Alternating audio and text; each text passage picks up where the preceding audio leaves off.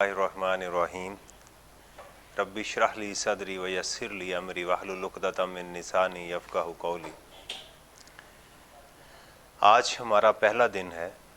अल्लाह ताला से दुआ है कि अल्लाह ताला जिस सफ़र को हम आज शुरू करने लगे हैं उसमें बरकत अता करें और उसके अंदर मुझे आपको समझाने की और आपको समझने की हिम्मत अता करें। बरकत से ये मुराद है कि जो मैं जिसको समझता हूँ कि हम असल में जब एग्ज़ाम में जो हमारी डेस्टिनेशन है उसमें कामयाब हों। इसमें जो सबसे बड़ी बात स्टूडेंट के जहन में आती है कि मेरे पास टाइम कम है। सबसे क्योंकि वो जॉब कर रहा है या वो आर्टिकल्स में है। तो इस कॉन्स्ट्रेंट के साथ इस पेपर को करना ये चीज़ है। हमारा सब्जेक्ट है tax planning and practices, right. Tax planning and practices, उसके ऊपर हम जो है ना वो काम करने लगे हैं। Tax planning and practices.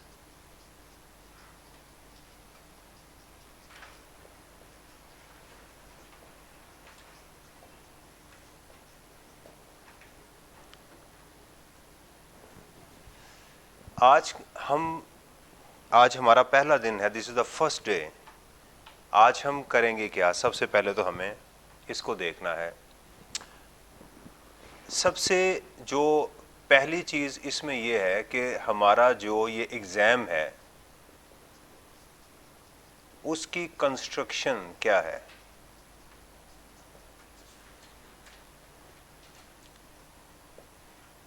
इसके ऊपर हमने बात करनी है कि हमारा एग्ज़ाम क्या है। मैं भी अपना इंट्रोडक्शन आपको करवाता हूँ। एग्ज़ाम की कंस्ट्रक्शन के बाद हम जो हमारी एक ट्रायंगल है उसको हम डिस्कस करेंगे।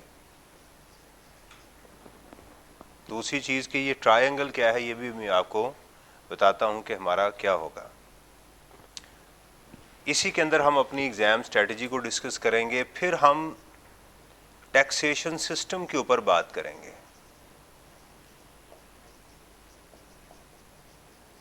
ये कुछ इस तरह से हमारा वो एक काम होगा। सबसे पहले मैं अपना आपको इंट्रोडक्शन दे दूं। मैं बाय प्रोफेशन चार्टर्ड अकाउंटेंट हूं।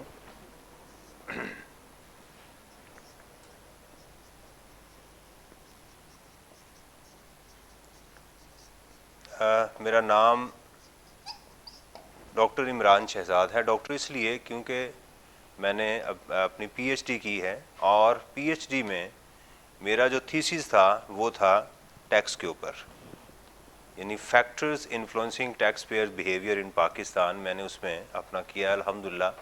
पीसीडी पाकिस्तान जो हमारी जो कंट्री डायरेक्टरी है पीएचडी की, उसमें भी अल्हम्दुलिल्लाह मेरा नाम है। और इस तरह मैं एचईसी का अप्रूव्ड सुपरवाइज़र भी हूँ पीएचडी का। इसके साथ मुझे जो एडवांटेज है जो मैं आप तक इंशाल्लाह चाहूँगा कि मुझे दुनिया के डिफरेंट सिस्टम्स को अपनी पीएचडी में सीखने का मौका भी मिला कि बाकी दुनिया में क्या चल रहा है।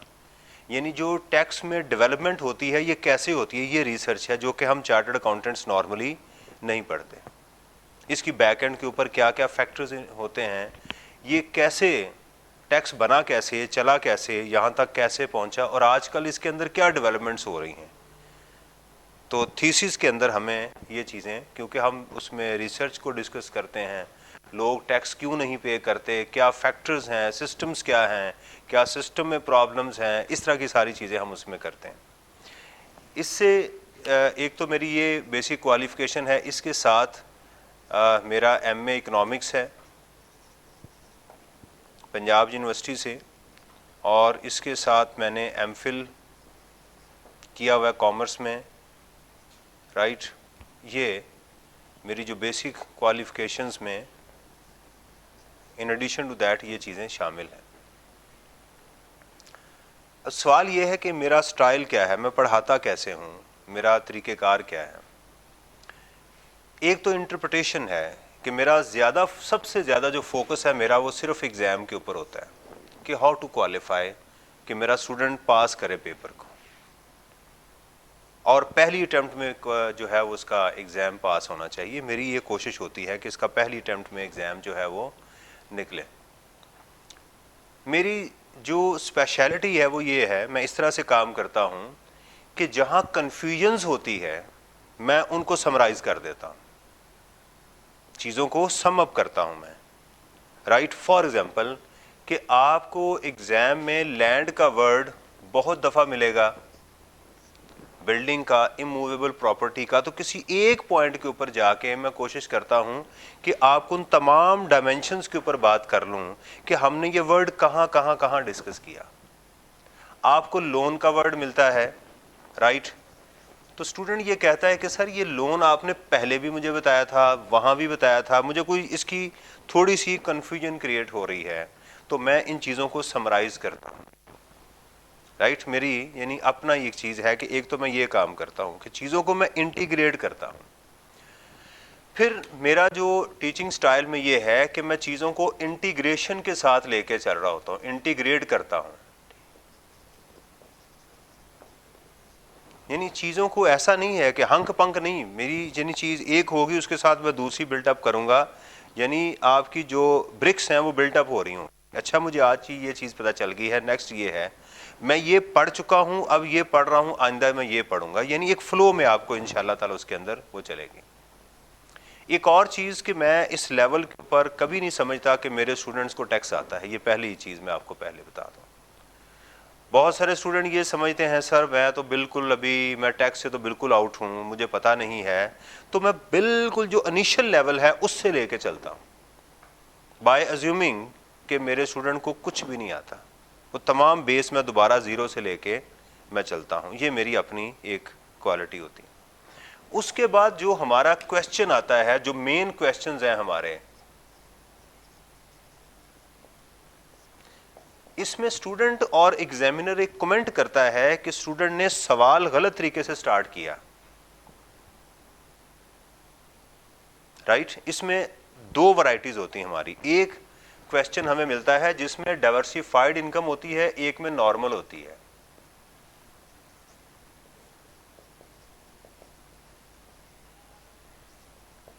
एक डाइवर्सिफाइड होती है, एक नॉर्मल इनकम होती है। बेटा ये मार्कर देखना जरा, एक मिनट, हर मैं ये चेक कर लूं जरा।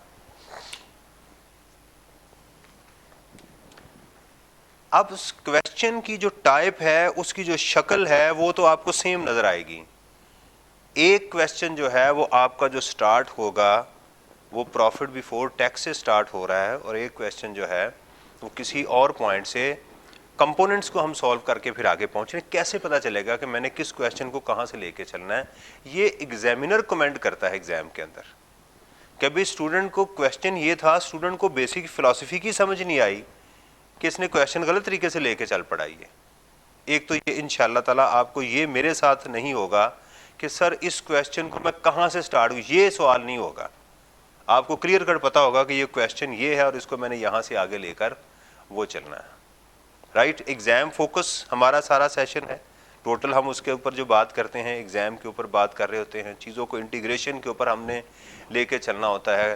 न्यूमेरिकल का जो हमारा स्टाइल है वो उसके ऊपर होगा, और प्लस इसके अंदर जो ओपन बुक एग्ज़ाम है मैं उसको फोकस करके लेके चल रहा होता हूँ कि ये हमारी आपके सामने किताब होगी तो किस तरह से बुक आपकी हेल्प करेगी। इन चीज़ों को मैंने देखना है। इसके साथ मैं ये भी फोकस कर रहा होता हूँ कि स्टूडेंट के पास टाइम फ्रेम क्या है, टाइम लिमिटेशन है इसके पास।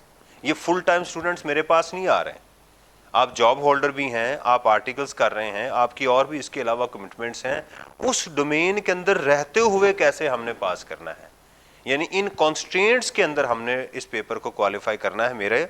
मेरा ये फोकस होता है इसके अंदर। राइट, अब ये सवाल के सर मैं पास हो सकता हूँ पहली अटेम्प्ट में इंशाल्लाह, यस, व्हाई नॉट। मैं ऐसे स्टूडेंट्स को भी जानता हूँ जो लाहौर से बाहर जो हैं वो उनकी अपॉइंटमेंट थी, राइट, या ऑडिट पे कहीं गए हुए थे, तो वो सिर्फ लेक्चर लेके फिर जाते थे। यानी ऐसे स्टूडेंट जो आ रहे हैं लाहौर में, लेक्चर पढ़ते हैं और फिर वापस चले जाते हैं। राइट, और इसके बावजूद कि उनकी इतनी हेक्टिक रूटीन थी, उन्होंने भी इसको पहली अटेम्प्ट में क्वालिफाई किया। तो पहली बात ये है कि इसको हमने अपने दिमाग में ये बिठाना नहीं है कि ये पहली अटेम्प्ट में मैंने नहीं करना, मैंने करना है। पहले तो आपने ये सोचना है, अंडरस्टैंड, पहले तो मैंने ये सोचना है कि इसको मैंने करना है, अंडरस्टैंड, फिर ये होगा, ठीक है, हो जाएगा, लेकिन इस रूटीन के साथ। दूसरा ये है कि आपने क्लास मिस नहीं करनी। जो लोग ऑनलाइन हैं ये करते क्या है, मैं कल कर लूँगा इसको, आज का लेक्चर मैं कल सुन लूँगा, कल का लेक्चर मैं फिर सुन लूँगा, और इसको डिले कर रहे होते हैं। ये काम आपने बिल्कुल नहीं करना, अंडरस्टैंड। हमारे एक स्टूडेंट थे, मैं उनकी अक्सर एग्जांपल देता हूँ। उन्होंने मुझे कहा, किसी और इदारे में पढ़ते थे, तो वो मेरे पास आए, उन्होंने कहा sir there is only one paper is left to qualify my CA, that is tax.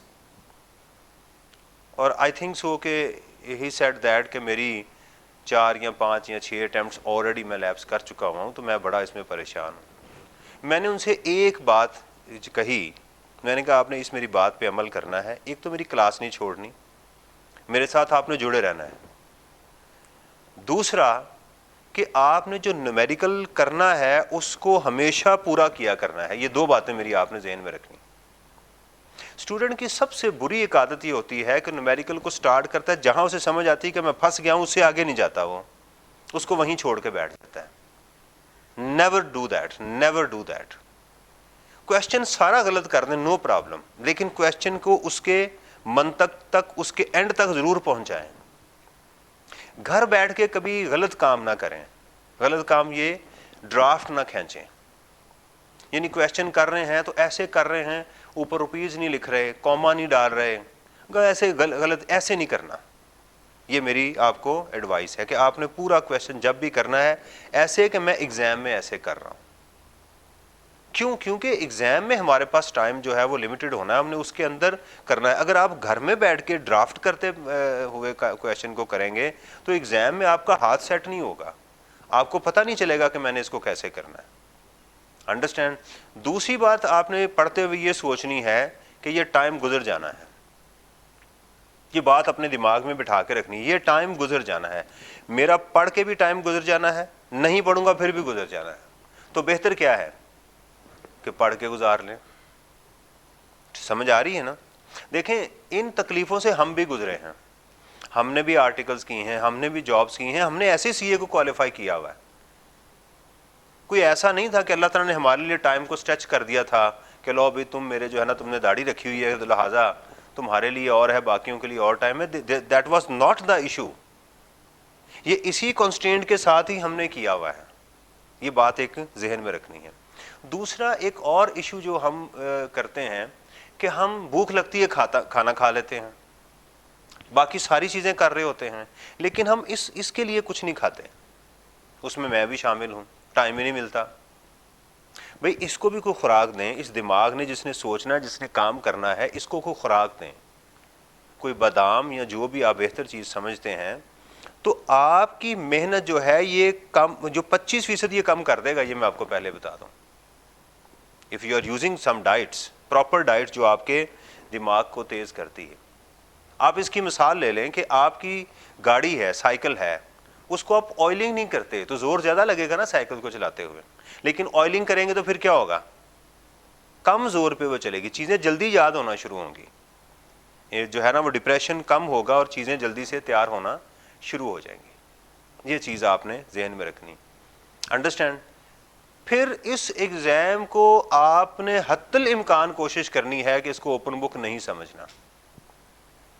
मैं आपको बताऊंगा कि कैसे तैयार करना है, याद कैसे करना है इसको, अंडरस्टैंड।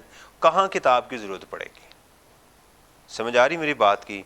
तो इंशाअल्लाह ताला इसको हम लेकर चलेंगे। हमारे पास है क्या, सबसे पहले तो हम इसकी अगर कंस्ट्रक्शन की बात करें कि हमारे पास एग्ज़ाम की कंस्ट्रक्शन क्या है, उसको पहले हम डिस्कस करते हैं।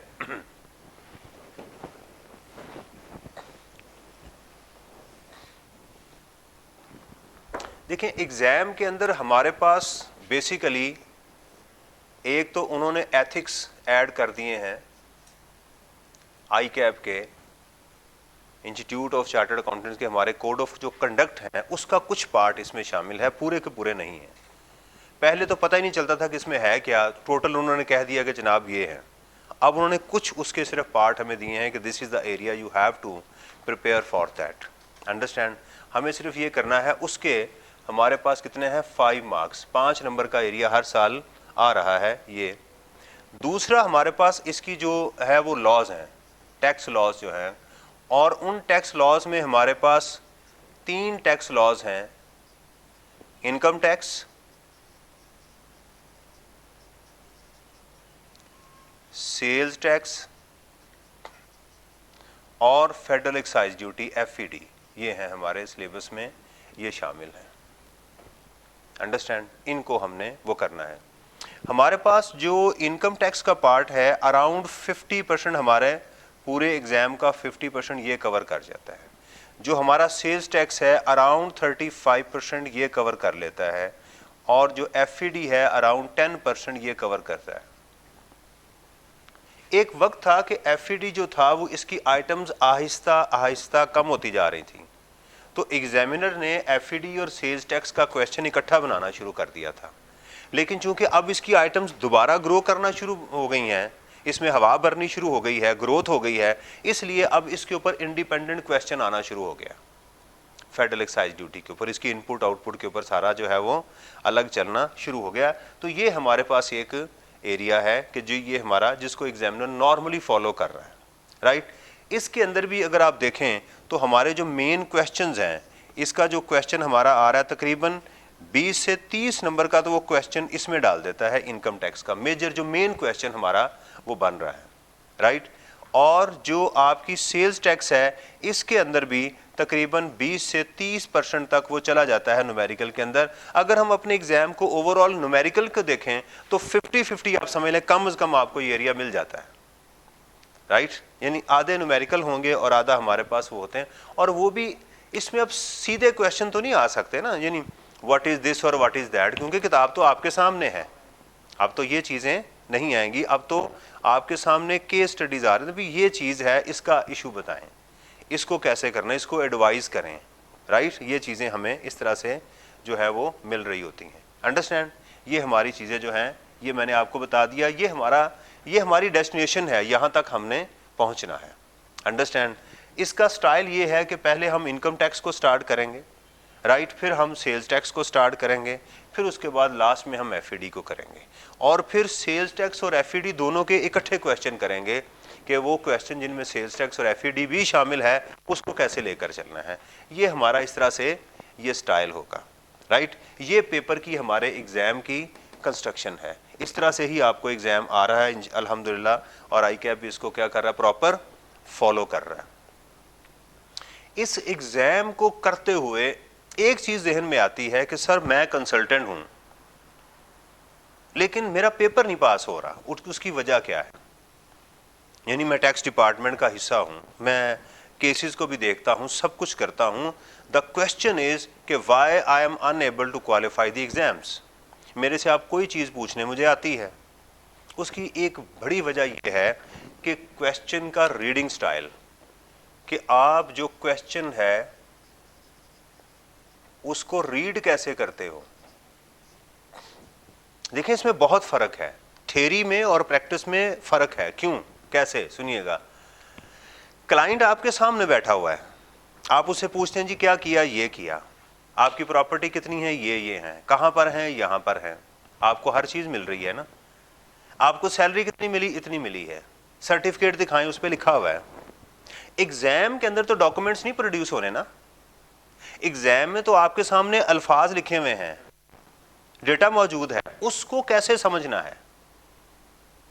एक लाइन है उस पर लिखा हुआ है कि जनाब ये जो अमाउंट है डायरेक्टर्स को उसकी मीटिंग की अटेंड करने की 1 लाख रुपया फी दी गई है।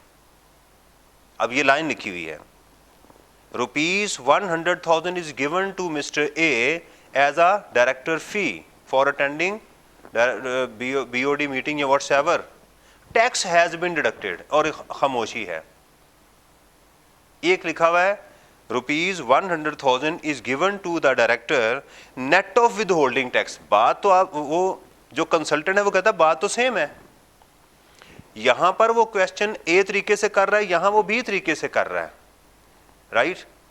यहां आती हैं अजम्पशंस, कि पेपर को रीड करते हुए क्या अजम्पशन जहन में लेकर आनी है। अंडरस्टैंड? यानी रीड कैसे करना है, असल चीज यहां पर यह है कि मुझे क्या अज्यूम करना पड़ता है। ये अजम्पशन कहां लिखी है? किताबों में लिखी है? The answer is no. किताबों में मुसीबत ये अजम्पशन नहीं लिखी हुई। कहीं पर आपको न्यूमेरिकल के साथ वर्ड मिलेगा इंक्लूड, और कहीं मिलेगा अदर इंफॉर्मेशन।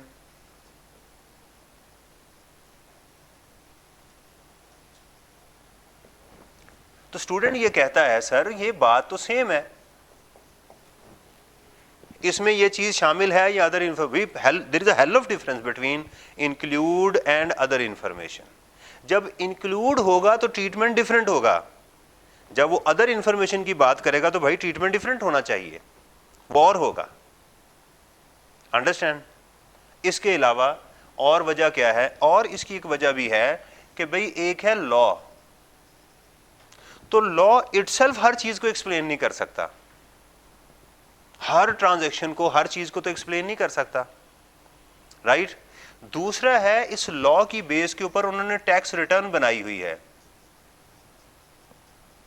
इसका बिहेवियर डिफरेंट है। और तीसरी आती है हमारे पास आई कैप के सॉल्यूशंस, इनका बिहेवियर और होता है बाज़ औक़ात।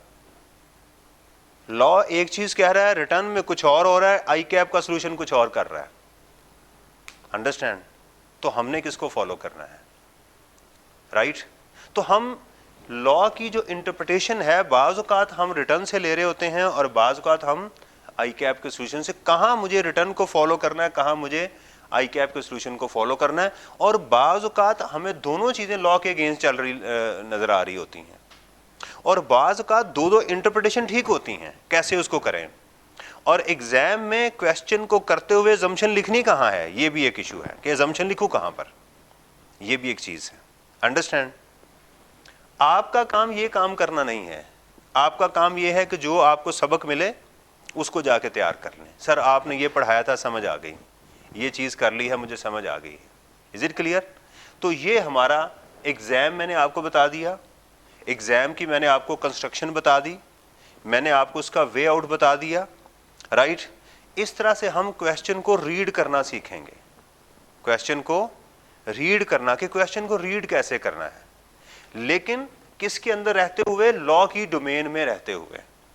तो पहला हमारा ये है कि एग्जाम की कंस्ट्रक्शन क्या है, इसको हमने किस तरह से लेके चलना है। Is it clear? कोई क्वेश्चन तो नहीं है यहाँ पे? चलें इसको पहले हम रेज करें, फिर आगे चलते हैं। ये हमारी पहली चीज जो थी ये कंप्लीट हो गई,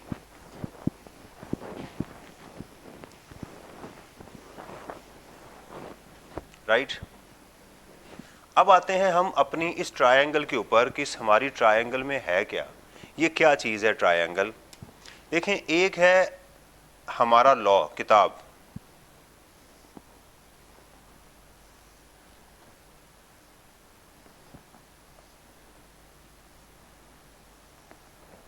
ठीक है, ये किताब खराब ही ना हो जाए, ये ठीक है जी। एक है इसके साथ आपका उस्ताद, ठीक है, और एक है इधर आप, ठीक है। ये हमारा, मैंने आपको उस्ताद के ऊपर इसलिए रखा है, किताब के ऊपर भी, क्योंकि मसले में आप हैं इस वक्त टॉप पे, यानी असल चीज़ फोकस जो हमारा ये है, और ये है एग्ज़ाम, राइट? मैंने आपकी हेल्प करनी है, यानी असल में ये दो बेसिस हैं, तैयारी आपने करनी है और क्वालिफाई किसको करना है, एग्ज़ाम को। अंडरस्टैंड? हमारी जो बुक्स हैं ये कैसे हमारी हेल्प करेंगी, ये हमने देखना। हमारा टेक्स्ट क्या होगा, हम पढ़ेंगे कैसे। अपना इंट्रोडक्शन मैंने आपको दे दिया कि मैं आपको जो तैयारी करवाऊंगा वो सारी की सारी किस पे होगी, एग्जाम फोकस्ड होगी। वालेकुम सलाम जी, अल्हम्दुलिल्लाह, ठीक है जी। ये हमारी एक होगा। आपकी स्टेजेस क्या है? आपकी पहली स्टेज है क्लासेस की, कि आप क्लासेस ले रहे हैं ऑनलाइन या फिजिकल, जैसे भी है आप क्लासेस ले रहे हैं, ये पहली आपकी स्टेज है, नंबर 1। इस क्लासेस के बाद आपने घर जाके इसकी प्रेपरेशन करनी होती है, ये दूसरी स्टेज है। इसमें बहुत सारे लोगों को जो मिलता है वो सिर्फ सैटरडे संडे ही मिलता है, सैटरडे और संडे 2 दिन मिलते हैं, बाकी वो या तो अपनी कोई और क्लासेस ले रहे हैं या वो कोई और काम कर रहे हैं। इसलिए आपने इसको एक तो क्लास के टाइम पे मैनेज करना है, और इसमें कोशिश ये करनी है कि जो मैंने आज आपने लेक्चर सुना है, राइट, इसको कुछ कंक्लूड करें, सेक्शन लिख लें कि आज मैंने ये सेक्शन सर ने करवाए हैं, इसमें मुझे ये चीज़ मिली है। एक समरी कम अज़ कम आपके पास होनी चाहिए जिसको आप लेके चलें। इसकी अलग से एक नोटबुक, जैसे मैं देख रहा हूँ माशाल्लाह आपके पास है, आपने इस तरह की एक बना के वो रखनी है, राइट। इसके बाद जब क्लासेस ऑफ होंगी तो फिर आपके पास प्रेपरेशन का टाइम आएगा, और उसके बाद आखिर में हमारा एग्ज़ाम है, और एग्ज़ाम के भी 2 कंपोनेंट्स हैं, वो 15 मिनट्स हैं और वो 3 आवर्स हैं। इसको प्लान करना, ये हमारी स्टेजेस हैं, और अल्लाह खैर करे इंशाल्लाह उसके बाद रिजल्ट है हमारा। अंडरस्टैंड? इसको आपने वो देखना है। मेरी एक ऑब्जर्वेशन है कि स्टूडेंट अपना टाइम गुजारते हैं, पहला महीना, दूसरा, तीसरा, चौथा, 5वें में जाके वो बैठ जाते हैं प्रिपरेशन के लिए। आज जो चीज़ मैंने आपको करवाई है, मैंने आज आपको कुछ पढ़ाया, कोई प्रोविजंस पढ़ाई, आज ही अगर यानी जितनी जल्दी उसको करेंगे तो आपकी जो एनर्जी है वो 5 to 10% आपको एनर्जी लगानी है, वो चीज़ आपकी तैयार हो जाएगी। ये बात ज़हन में रखिएगा, विद 5 to 10%। मैं उसकी आपको एग्जांपल देता हूँ, बड़ी ईद आ रही है, गोश्त बिल्कुल फ्रेश हो तो पकने में बड़ी जल्दी वो बन जाता है, ताज़ा खुराक खाएंगे बड़ी जल्दी वो हजम हो जाएगी। जितना उसको लेट करते जाएंगे उतने उसके विटामिन्स क्या होंगे, ज़ाया होते जाएंगे। फ्रीज़ करने मज़ीद टाइम लगेगा, अनफ्रीज़ करना पड़ेगा, बॉयल करना पड़ेगा। बिल्कुल आपका दिमाग ऐसे काम करता है। उस कॉन्सेप्ट को इमीडिएटली कर लेंगे, कम टाइम लगेगा, उसको 1-2 वीक के बाद करेंगे, टाइम बढ़ जाएगा, फिर मज़ीद करेंगे, टाइम मज़ीद बढ़ जाएगा। ये आपको प्रॉब्लम इसमें आएगी। और जब एंड पे जाके आप उसको सिर्फ यानी इन दोनों मॉड्यूल को छोड़ देंगे और इस मॉड्यूल में जाके ये वाली हरकतें कर रहे होंगे, यहाँ क्लासेस भी ले रहे होंगे, प्रेपरेशन भी कर रहे होंगे, तो फिर आप प्रॉब्लम में आएंगे। इसलिए उसको यहाँ तक ना छोड़ें। मेरी आपसे रिक्वेस्ट है कि आज ही इसको साथ लेके चलें, जो चीज़ कर रहे हैं उसको साथ साथ लेके आप कंटिन्यू वो करें। अंडरस्टैंड? ये मेरी आपसे रिक्वेस्ट है। क्लियर? इसको मैंने क्या कहा, जितनी जल्दी उस कॉन्सेप्ट को कर लेंगे उसकी ग्रिप जल्दी हो जाएगी। और इसके अलावा एक और चीज़ जहन में रखिएगा, नंगे होके एग्ज़ाम में नहीं जाना, कपड़े पहन के एग्ज़ाम में जाना है। इससे क्या मुराद है कि क्या लोग नंगे होके भी जाते हैं? हाँ, वो लोग जो पास पेपर्स नहीं करके जाते वो नंगे होके जाते हैं एग्ज़ाम में। और जो बंदा महफिल में बैठा होता है और उसने कपड़े ना पहने हो, उसकी क्या हालत होती है? अच्छी हालत तो नहीं होती ना, सारे लोग उसको देख रहे होते, परेशान होता है। वो स्टूडेंट ऐसे ही एग्ज़ाम में बैठा होता तकरीबन, जो पास पेपर्स को करके नहीं जाता, कि उसने कपड़े नहीं पहने होते, फिर एग्ज़ाम में जाके बेचारा परेशान होता है कि मेरे साथ हुआ क्या आज। अंडरस्टैंड? ये बात आपने जहन में रखनी है। आज से प्रिपरेशन को स्टार्ट करें। अच्छा, इसमें मोटिवेशन आपके पास है, आपको कोई बाहर से नहीं आ रहा मोटिवेट करने के लिए, आपने खुद अपने आप को मोटिवेट करना है। आज मैंने ये सीखा, मेरा ये स्टाइल था, मैं जो चीज़ पढ़ता था कहता अच्छा यार आज मैंने इतने सेक्शन पढ़ लिए, आज मैंने ये नई चीज़ सीखी है, आहा क्या बात है। मैंने खुद ही अपने आप को मोटिवेट करना, मैंने खुद ही अपने आप को बैठ के सोचना कि यार अगर मैंने आज भी ना पढ़ा तो टाइम गुजर जाएगा। तो पढ़ के भी टाइम गुजरना है और ना पढ़ के भी टाइम, तो मैं पढ़ना शुरू कर देता था। बाज़ का तो मेरा बिल्कुल दिल नहीं करता था। देखें, सबसे मुश्किल मुझे जो काम जिंदगी में लगा ना वो पढ़ाई लगा, मुझे कोई अच्छी चीज़ नहीं लगी है। यानी कोई ऐसी चीज़ नहीं है कि जिसको किया जाए, यानी कोई लड्डू नहीं है कि हर वक्त आप खाएं और बड़ा एंजॉय करें। This is not a WhatsApp, this is not Facebook, this is not YouTube. Right. मैं इसको कभी अच्छा नहीं समझता कि पढ़ाई कोई अच्छी चीज़ है। आप कहेंगे सर इतनी डिग्रियां आपने ले ली हैं, भाई डिग्रियां ली हैं, लेकिन इट डजंट मीन कि ये कोई बहुत अच्छी चीज़ है, फूलों की सेज है ये मुश्किल ही है, इसको मुश्किल तरीके से ही होना है, इसमें कोई मुजायका नहीं है। अगर ये इतनी ही आसान हो तो 22 करोड़ में 10,000 से ज़्यादा चार्टर्ड अकाउंटेंट तो होने, कम से कम 2 करोड़ तो होने चाहिए चार्टर्ड अकाउंटेंट। अंडरस्टैंड। फाइन्नमल उसरि युसरा इन्नमल उसरि युसरा, अल्लाह का मॉडल, अल्लाह ने मॉडल हमें बता दिया हुआ है कि सोनियो जो मेहनत करेगा आसानी उसके लिए है। एक स्टूडेंट बैठता है, आज सारा दिन व्हाट्सएप यूज करता है, देखता है खान साहब ने क्या किया, नवाज शरीफ ने क्या किया, सारी खबरें लगा के दोस्तों की पोस्टिंग वगैरह करके सो जाता है, वो पोस्ट हो गया आज ही। लेकिन इसने उसर नहीं किया, इसने तंगी नहीं आज काटी, इसने रिलैक्स हुआ है आज। एक स्टूडेंट आता है घर, मामा खाना क्या बना हुआ है, ये बना हुआ है, कल भी यही खाया था, आज भी यही खाया मामा, गुस्सा चढ़ा हुआ है। ऑफिस से बॉस ने तबीयत साफ की हुई है, आज रिव्यू था ऑडिट का, वहाँ पर तबीयत ख़राब हुई है, राइट। किसी दोस्त ने साजिश की हुई है, कॉन्स्पिरेसी चल रही है आपके खिलाफ, राइट। नौकरी के लाले पड़े हुए हैं, अब आ गए घर बैठ के, ऊपर से खाना भी आपकी मर्जी का नहीं है। अंडरस्टैंड। भाई है साथ, वो जनाब गाने बजाता फिर रहा है, ये सीन होता है घरों में। और आपके किताब नज़र आ रही है कि यार इन मुसीबतों के अलावा इसी को मैंने देखना, अब ये मेरे लिए अजाब रह गया। सारे लोग एंजॉय करें, कज़न की शादी है, सभी जनाब तैयारियों में हैं और आप किताब लेके बैठे हुए हैं। It happened with me. मेरा दिल करता था मैं किताब दीवार पे मारूं, यार ये क्या अजाब है मेरे लिए, लेकिन उसर थी, तंगी थी, काट ली। आज आसानी है, राइट। क्वालिफाई करने के बाद मेरी 300% इंक्रीमेंट लगी थी। अल्लाह करे आपका भी ऐसा सीन हो। चार्टर्ड अकाउंटेंट का लेबल लगा था, लेकिन उसर थी, तंगी थी। फाइन्नमल उसरि युसरा इन्नमल उसरि युसरा, तंगी बर्दाश्त की है। तो मेरे बहुत सारे ऐसे दोस्त हैं जिन्होंने तंगी बर्दाश्त नहीं की, उन्होंने अपनी लाइफ को एंजॉय किया। तो आपने फैसला करना है कि अब तंगी काटनी है या बाद वाली तंगी काटनी है। ये देखिएगा दिसंबर सबका आ जाएगा इंशाल्लाह, जिंदगी रही तो सबका दिसंबर आएगा, उनका भी जो क्वालिफाई करने बैठे हैं और उनका भी जो क्वालिफाई नहीं करने बैठे हुए, जिन्होंने जस्ट वेस्ट किया अपना टाइम। ऑनलाइन में सबसे बड़ी प्रॉब्लम ये है, कल कर लूंगा मैं, ये सबसे बड़ी आपको तंगी होगी जो मुझे ऑनलाइन सुन रहे हैं।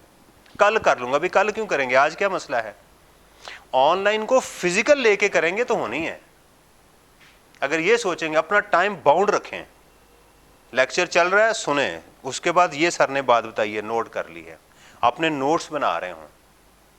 और अगर जनाब वाली मोबाइल ऐसे पकड़ा हुआ है और इधर से जनाब गाने भी सुन रहे हैं और सर को भी सुन रहे हैं, कभी इधर ध्यान जा रहे इधर, और उसके बाद ये मौलवी ठीक नहीं काम कर रहा है यार, इसने पहले जो बात बताई अब जो बताई है मेरे दिमाग से ऊपर से गुजर गई। वो ऊपर से गुजरनी है, वो जो आपकी मौसी साथ जिसको आपने अटैच किया हुआ है वो आपको तंग कर रही है, उसको फोकस होके करेंगे तो होगा ना। अंडरस्टैंड। और कोशिश करें जो ऑनलाइन देख रहे हैं लैपटॉप पे या दूसरी बड़ी स्क्रीन के ऊपर देखें, फिर आपको चीज़ होगी। मोबाइल के ऊपर देखने से अक्सर प्रॉब्लम होती है, तो कोशिश करें कि एक डेडिकेटेड जो है, देखें मैंने जब थीसिस स्टार्ट किया तो घर में एक लैपटॉप मेरे पास था, एक मैं प्रिंटर भी ले आया, पेपर भी ले आया, मुझे पता था ये चीज़ें मुझे चाहिए। गाड़ी चाहिए सफ़र के लिए, तो भाई सफ़र के लिए गाड़ी रख लें। आपके पास ये जो मोबाइल है इससे सस्ता लैपटॉप आ जाता है, आई नो वेरी वेल। मैं कोई ऊँटों के दौर का बंदा नहीं हूँ, मुझे पता है कि ये इससे सस्ता लैपटॉप मिल जाता है, ऐसा है। तो मोबाइल थोड़ा सा कम कर लें और कोई अच्छा लैपटॉप ले आए, मेरी आपसे रिक्वेस्ट है। बड़ी स्क्रीन के ऊपर इजी हो के कंफर्टेबल इन्वायरमेंट में आप देखें। और अगर आपके पास फॉर एग्जांपल कि एयर कंडीशन नहीं है, कोई ऐसा इन्वायरमेंट, कुछ पैसे की इन्वेस्टमेंट करें इसके ऊपर, अपने आप को कंफर्टेबल जोन में लेके आए। इस दौरान लोगों को तंग मत करें, वो भी तंग करेंगे, आप पढ़ाई नहीं होगी। मैं पहले बता दूं, मुसलमान वो है जिसके हाथ और जुबान से दूसरे मुसलमान महफूज हों। ये एग्जाम के दौरान तो कम से कम इस बात को जहन में रखें। क्लाइंट की स्टेशनरी चोरी मत करें प्लीज़, ऑफिस की स्टेशनरी मत यूज़ करें पढ़ाई के लिए, इसमें बेबरकती पैदा होगी।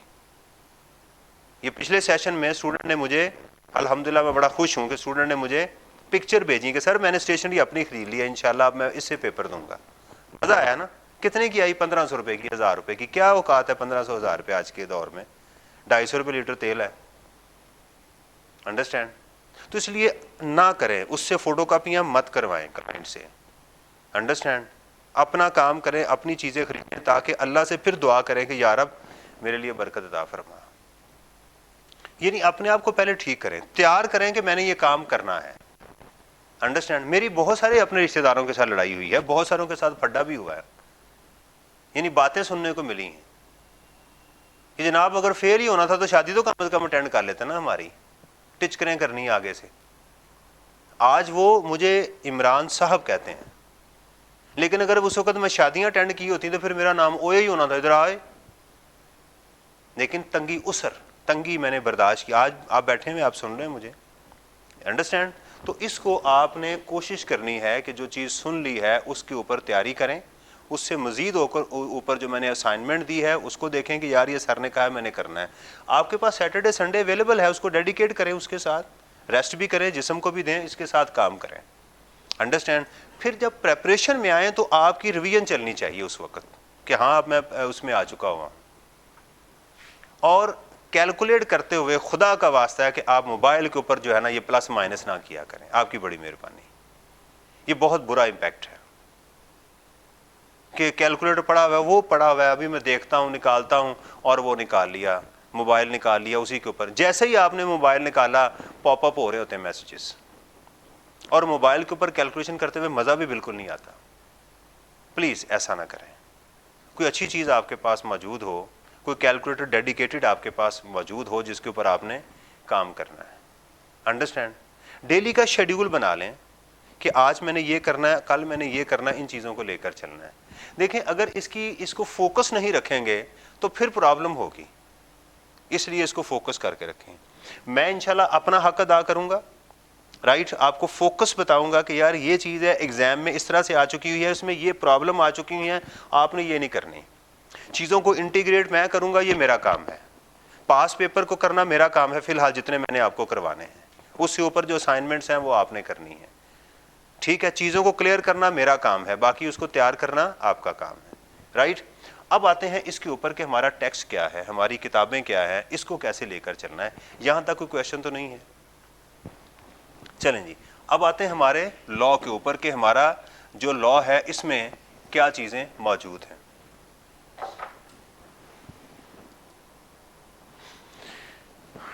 हमारे पास जो हमारी जो किताबें हैं, एक तो हमारे पास लॉ है, प्लस इसके साथ जो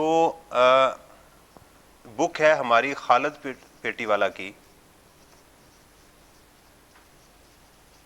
वो मैं पढ़ाता हूँ, केपी की टैक्स प्लानिंग एंड प्रैक्टिसेस, क्योंकि ये स्पेसिफिकली आपके लिए बनी होती है। मैं इनसे इसलिए सेटिस्फाइड हूँ कि इस वक्त जो खालिद साहब इंटरप्रिटेशन करते हैं लॉ की, मेरे ख्याल में सबसे बेहतरीन, मैं उससे मुतमिन होता हूँ। इनकी इंटरप्रिटेशन से सबसे ज़्यादा मुझे तसल्ली होती है कि जो लॉ को सही इंटरप्रेट ये किया गया है। दूसरी, अच्छा अब इसके अंदर होगा क्या, आप अब इसको करना कैसे है। देखें, हम अपनी प्रेपरेशन इससे कर रहे होंगे, इसकी इंटरप्रिटेशन हम यहाँ से ले रहे होंगे लॉ से। ये सेक्शन है आपकी किताब में, हर जगह पर साथ साथ सेक्शन मेंशन है। ये जो चीज़ पढ़ रहे हैं ये सेक्शन है, ये रूल्स हैं उसकी, ये सारी चीज़ें गिवन है। अंडरस्टैंड? बाज़ स्टूडेंट ये गलती करते हैं कि जो चीज़ यहाँ से पढ़ लेते हैं उसको फिर यहाँ से दोबारा फिर पढ़ने की कोशिश कर। ऐसा डुप्लीकेशन नहीं करनी। जो सेक्शन, जो चीज़ें किताब से हो गई, उनको अब यहाँ से सिर्फ रीड करना है या एक नज़र उसकी लोकेशन देखनी है, पढ़ी कहाँ हुई है, दैट्स इट। और कहीं किताब में और उसके कोई गलती तो नहीं है। देखें, किताब को पढ़ के उसको इंटरप्रेट करना, ये किताब ICAP के एग्जाम के लिए नहीं बनी हुई। पहली बात तो मैं ये बता दूं, ये टैक्स इकट्ठा करने के लिए बनाई गई है। अंडरस्टैंड?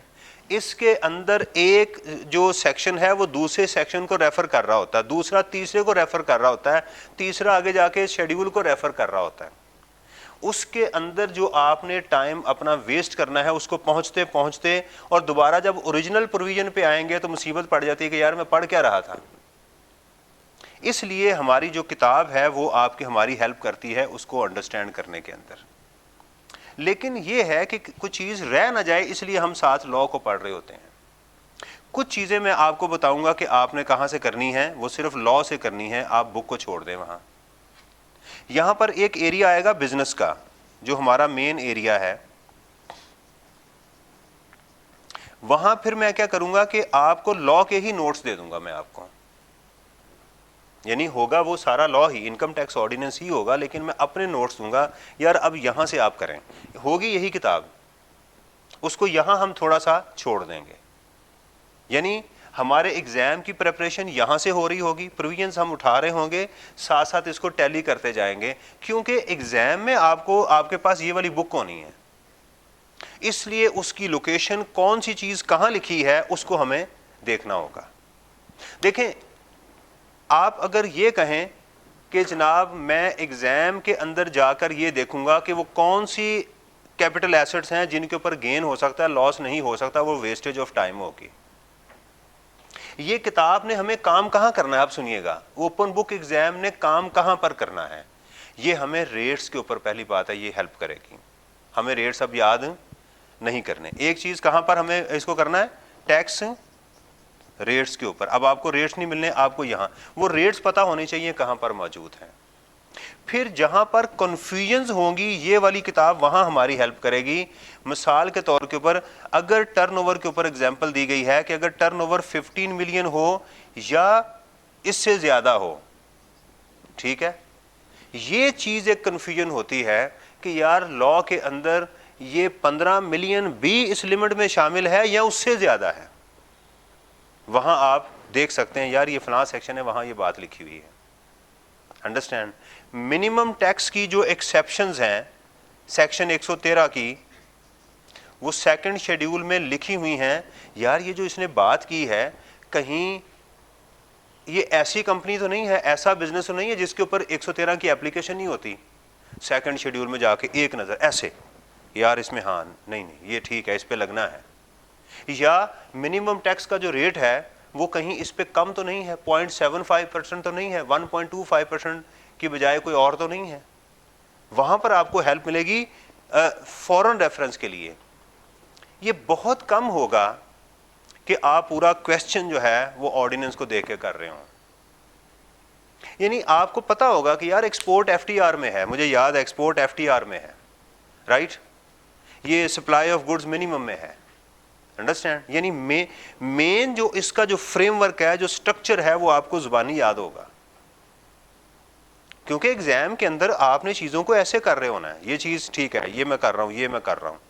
बहुत कम आपको यहाँ पर इसको रेफर करने का मौका मिलना है, या रेट्स आप देख रहे होंगे। अंडरस्टैंड। इसका मतलब ये है कि इसको हमने अंडरस्टैंड करना है। इसको क्या करना है, बेसिक स्ट्रक्चर हमने जो है वो हमारी प्रेपरेशन खुद होनी चाहिए। इसका वैसे भी बड़ा हमें हेल्प होगी एग्जाम के अंदर, क्या उसके प्रैक्टिकल लाइफ में भी आप क्लाइंट से बात कर रहे हैं, अपने ऑफिस में बैठे हुए, तो आपको चीज़ें याद होगी, सर ने ये बताया था, ये यहाँ चीज़ें मौजूद हैं, राइट। यानी ये हमारी हेल्प के लिए होनी चाहिए। मैं इसकी मिसाल देता हूँ। आप एक जंगल में जा रहे हैं, आपके पास कुछ भी नहीं है, एक डंडा आपको दे दिया गया कि यार ये है, शेर आ गया तो जनाब ये आपकी हेल्प करेगा। आप कहेंगे इसने मेरी क्या हेल्प करनी है भाई, शेर के आगे डंडे का क्या काम, राइट। नहीं, आपने डंडा रख लें साथ, ये कोई ना कोई आपकी मदद जरूर करेगा। समझ आ रही है ना। लेकिन ये इतनी हेल्प नहीं करेगा कि शेर ही मार दे पकड़ के। यानी जो शख्स इस डंडे से इसको एग्जाम में खोल के पूरे सवाल हल करने की कोशिश करेगा तो इंशाल्लाह इन्ना लिल्लाहि व इन्ना इलैहि राजिऊन। समझ आई ना मेरी बात। तो इसको टेक्निकली यूज करना है एग्जाम के अंदर कि मैंने ये चीजें यहां पर मुझे मिल सकती हैं, वो मैं गाहे बगाहे आपको बताता जाऊंगा कि यहां पर आपको हेल्प मिलेगी। Whichever is lower, whichever is higher का इशू आ रहा होता है बाज़ औक़ात। ये हायर अमाउंट लेनी है, लोअर अमाउंट लेनी है, ये कहां पर आ रहा है। यहां वर्ड गिफ्ट का था, क्या इनहेरिटेंस का भी वर्ड है, मैं कंफर्म कर लूं। यहाँ जो एसेट की वैल्यू है वो डीम्ड कॉस्ट आ रही है या फिर मार्केट वैल्यू आ रही है या कॉस्ट आ रही है, क्या आ रही है? क्या लिखा था यार, मैं ज़रा देख लूँ, एक नज़र कंफर्म कर लूँ उसको। इस लिस्ट के अंदर कौन कौन सी आइटम्स थी यार, मैं देख लूँ ज़रा इसको। ये सिक्योरिटीज़ कौन सी हैं जिनके ऊपर ये रूल एप्लीकेबल हो रहा है, वहाँ पर आप ऑर्डिनेंस को कंफर्म कर सकते हैं। या टर्नओवर की डेफिनेशन में ये चीज़ गिवन थी या नहीं थी? इस सेक्शन में टर्नओवर ये कहा गया, उसमें ये टर्नओवर कहा गया, ये दोनों सेम है? मैं एक दफ़ा ज़रा चेक कर लूँ। अंडरस्टैंड? आप इसको क्या कर रहे हैं, देख रहे हैं, उसको लेके चल रहे हैं। Is it clear? ये बात आपको हेल्प करेगी। तो इसको टेक्निकली इस्तेमाल करेंगे तो ये आपका बहुत हेल्प करेगी। मसलन शेर आ ही गया, उसकी आंख में अगर आपने डंडा मार दिया तो डंडा बहुत ही इफेक्टिव हो गया, राइट? लेकिन अगर उसकी दुम पे मारते रहेंगे डंडे, राइट, तो उतनी देर तक वो आपकी एक आधी टांग खा चुका होगा, फिर आपकी कांपें टांग रही होंगी सारी, जो है ना वो चीज़ें इस तरह से चल रही होंगी। Is it clear? तो इंशाअल्लाह ताला मैं अल्लाह ताला से दुआ है कि अल्लाह ताला मुझे अपना हक अदा करने की हिम्मत दे। एक आपके पास किताब है, ये अभी किताब अपडेट नहीं हुई हमारा, चूंकि टैक्स ईयर अभी चेंज हुआ है, अभी नया बजट आया है, इसलिए किताब अभी अपडेट नहीं हुई। लेकिन जब तक ये अपडेट नहीं होगी मैं आपको चीज़ें सारी अपडेट ही दे रहा हूँगा। अंडरस्टैंड? आपको इसमें परेशान होने की ज़रूरत नहीं है, आपने अपना रोल सही अदा करना है, फिर इसको हम लेकर आगे चलेंगे। Is it clear? तो अभी नमाज का वक्फा करते हैं, अब आएंगे हम अपने इन लॉज के ऊपर, टैक्सेशन सिस्टम के ऊपर। मैं आपको पहले बात करूंगा कि पाकिस्तान में हम स्टार्ट करेंगे इनकम टैक्स से। एक मैं पहले आपको ओवरव्यू दूंगा कि इनकम टैक्स बेसिक्स क्या है, सेल्स टैक्स क्या चीज़ है, एफईडी क्या चीज़ है, ताकि आपको जहन में एक चीज़ देखिए, पहले होता है विजन, फिर होता है मिशन, ठीक है? तो विजन तो मैंने आपको एग्जाम का बता दिया, एक और विजन है, वो है इन किताबों का, कि ये जो 3 किताबें हमारे पास मौजूद हैं, income tax, sales tax, FED, इसकी बेस क्या है, इसकी फाउंडेशन क्या है, पाकिस्तान के अंदर ये टैक्स लगता कैसे है, वो जब हम कंप्लीट कर लेंगे तो इंशाल्लाह उसके बाद फिर हमारी अगली स्टेज होगी कि हम प्रॉपर इनकम टैक्स को स्टार्ट करेंगे। पहले मैं इसको एट अ ग्लैंस आपको बताऊंगा कि पूरे इनकम टैक्स है क्या, पूरा, जिसको हमने तैयार करने जाना है, फिर उसको एक तरफ से लेके हम स्टार्ट करना शुरू कर देंगे, राइट? बड़ा इंशाल्लाह ताला बड़ा इंटरेस्टिंग है और आप you will enjoy through out the session, you will enjoy. तो पहले क्या है हमारा विजन, तो पहले हम अपना विजन क्लियर करेंगे और उसके बाद मिशन। इस पूरे विजन और मिशन में आपने अपने अल्लाह को ज़रूर याद रखना है, कामयाबी उसके हाथ में है, हर चीज़ उसके हाथ में है। ऐसे ऐसे अल्फाज मेरे मुंह से कहलवा देगा जो पेपर में होंगे, वो ऐसे काम मेरे से करवा देगा, ऐसे न्यूमेरिकल मेरे से हल करवा देगा जो एग्जाम में मौजूद होंगे, राइट? वो आपके पास टाइम नहीं भी होगा, आप हैरान होंगे कि ऐसे ऐसे टाइम पे आपको टाइम मिल रहा है जिस टाइम आपने पढ़ना शुरू कर दिया। आप कभी नोट कर रहे होंगे कि आप कोई काम कर रहे हैं, काम हो ही नहीं रहा, हर काम के अंदर बेड़ा गर्क, कोई आ गया, कोई बंदा ऊपर से आ गया, कोई मुसीबत। बाज़ वक़्त आप फील कर रहे होंगे कि यार मैं जो काम कर रहा हूँ ठीक हो रहा है, बैठा हूँ, पढ़, चीज़ें समझ आ रही हैं, ठीक है। बाज़ का चीज़ें याद की हुई भूल जाती हैं और बाज़ का भूली हुई चीज़ें भी याद आ जाती हैं, राइट? तो इंशाल्लाह वक्फे के बाद हम इसको एक तरीके से स्टार्ट करेंगे, ठीक है जी। अस्सलाम वालेकुम वरहमतुल्लाहि वबरकातुहू। रब्बि इश्रह ली सदरी वयस्सिर ली अमरी वहलुल उक़दतम मिन लिसानी यफ़क़हू क़ौली। आप सल्लल्लाहु अलैहि वसल्लम ने इरशाद फरमाया कि जिसका मफ़हूम है कि मुसलमान वो है जिसके हाथ और ज़ुबान से दूसरे मुसलमान महफूज हों। तो हमें यही हमारी ख्वाहिश होनी चाहिए, किसी को महफिल में ज़लील ना करें। हम इंजॉय करते हैं, वो बेचारा तंग हो रहा होता है जिसको हम ज़लील करते हैं। इशारे को, सिग्नल का ख्याल करें, किसी का हक ना मारें, ना उसको जिस्मानी को तकलीफ़ दें, ना उसको रूहानी को तकलीफ़ दें।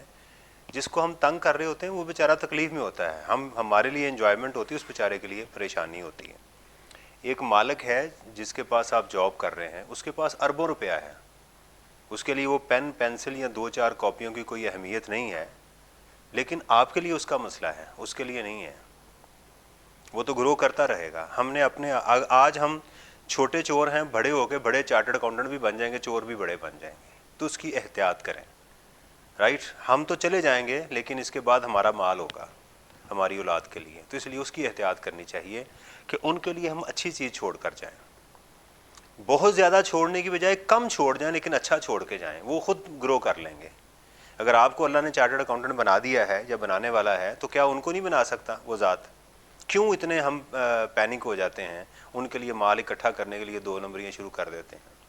तो इसी अपना ख्याल फ़िलहाल वो करें, अल्लाह ताला उनको खुद ही बरकत देगा, खुद ही उन्होंने तरक्की करनी है, वो कर जाएंगे। अच्छा जी, आज हम टैक्स प्लानिंग और प्रैक्टिसेस में हमारे पास पहले तो 3 किताबें जो हैं, ज़रा उनका एक हल्का सा इंट्रोडक्शन हम वो ले लें। एक है इनकम टैक्स और एक किताब है हमारे पास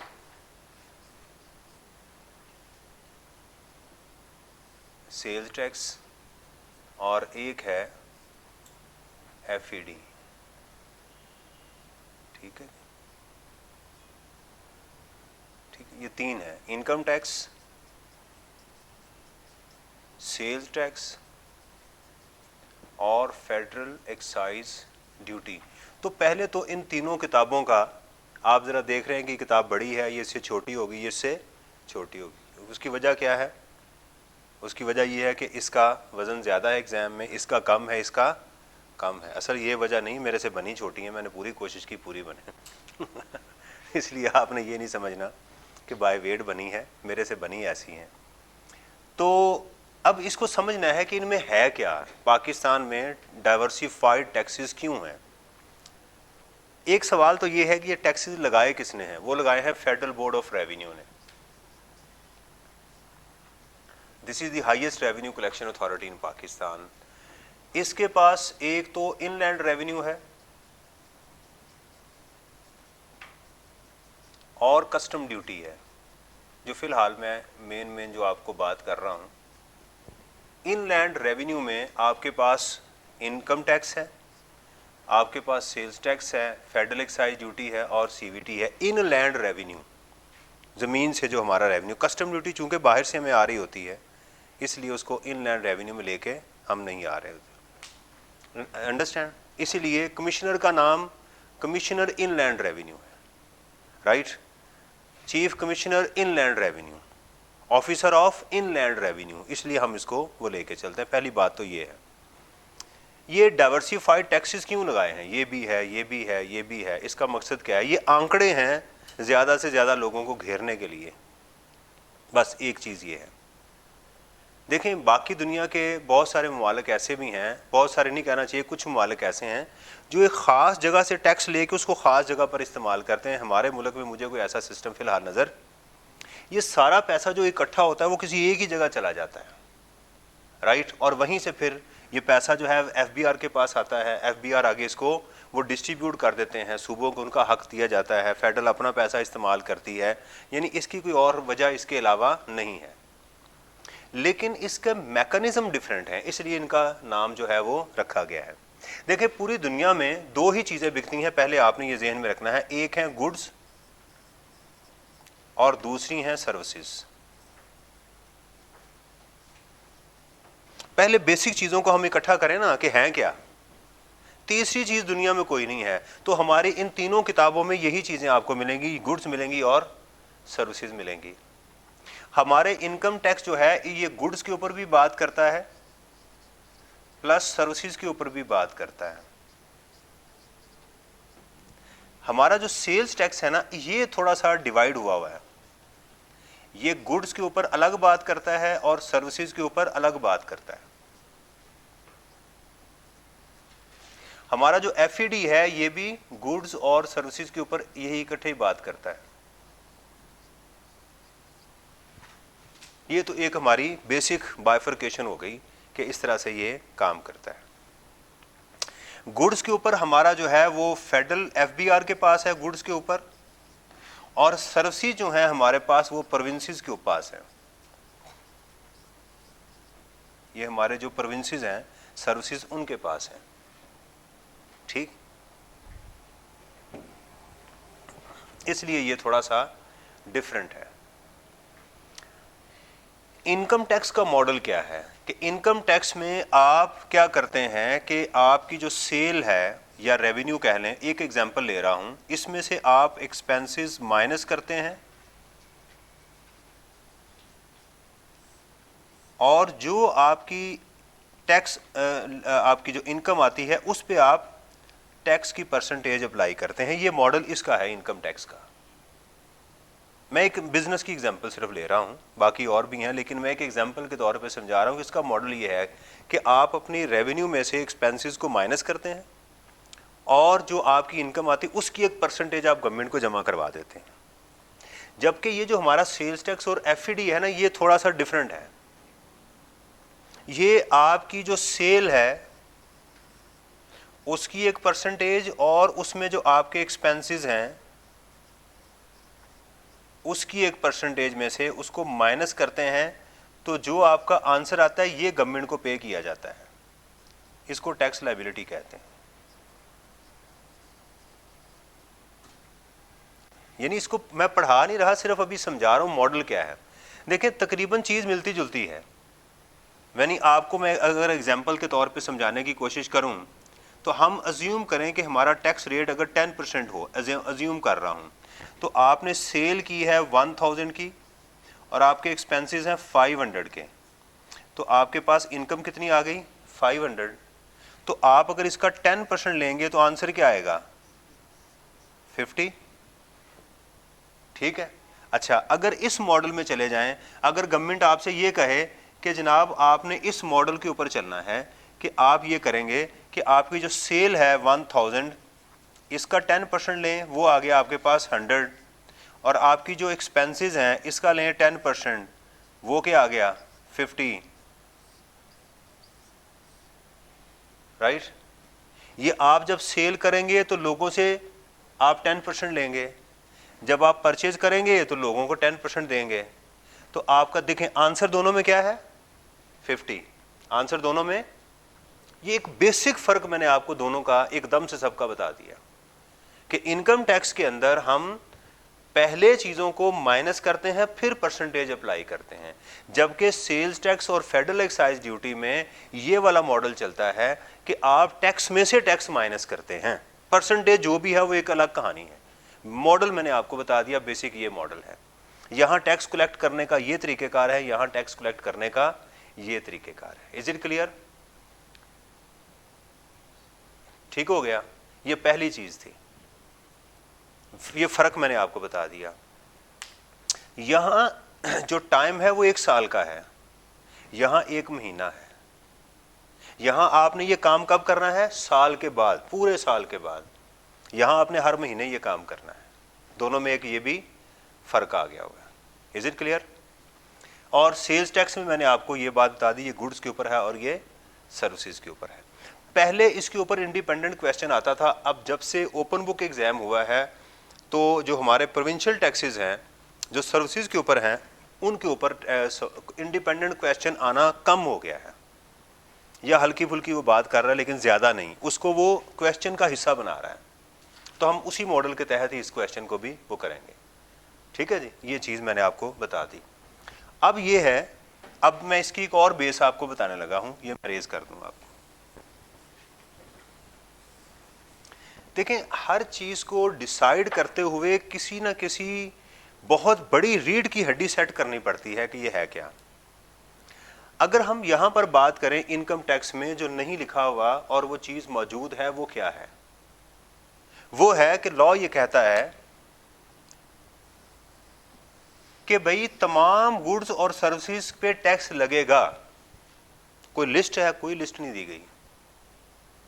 कौन सी गुड्स? सारी गुड्स जो सप्लाई करेंगे। चर्स सप्लाई करेंगे, क्या उसमें मना है? नहीं, उस पर भी है। ये एक मिथ है कि अगर आप सही काम करेंगे तो टैक्स है, गलत काम करेंगे तो उस पर टैक्स नहीं। भाई गलत काम करें या सही काम करें, this is not the domain of the FBR to decide whether this is legal और illegal. FBR is the highest revenue collection authority to collect the tax, that's it. Understand? आप कपड़ा बेच रहे हैं, आपकी इनकम आ गई, आप टैक्स दें। आप नारकोटिक्स की सेल करते हैं, ठीक है, कोई मसला नहीं है। आपकी जो इनकम है, ये डिसाइड करना कि ये काम गलत है या ठीक है, ये कोर्ट का काम है, इनका काम समझ आ गई मेरी बात की? इसी तरह सर्विसेज क्या प्रोवाइड कर रहे हैं, मैं आपको पढ़ा रहा हूं, ये सर्विसेज हैं, टैक्स दें। अंडरस्टैंड? कोई साहब हैं वो कत्ल करते हैं, भाई वो एक अलग चीज है, कमा रहे हैं ना कुछ, ठीक है, कोई कमा रहे हैं विधि, ठीक है, पैसे दें इसके ऊपर, वो खुद ही जाने, उनका काम जाने, हमारा उसके साथ कोई लेना देना। तो पहली चीज तो ये है। अब सवाल ये है कि क्या तमाम गुड्स और सर्विसेज के ऊपर टैक्स है? राइट। तो लॉ ने कहा, देखें मैं आपकी बेस बता रहा हूं जो कि लॉ में शायद आपको कहीं ना मिले। कैपिटल रिसीट्स के ऊपर टैक्स नहीं है। ये सुनिएगा, क्या कहा मैंने कि हमारी जो रेवेन्यू रिसीट्स हैं,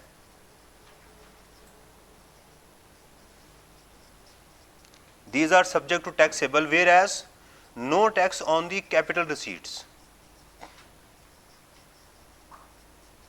क्या लॉ ने इनको डिफाइन किया हुआ है कहीं पर? नहीं, कोई ऐसी बात नहीं की गई।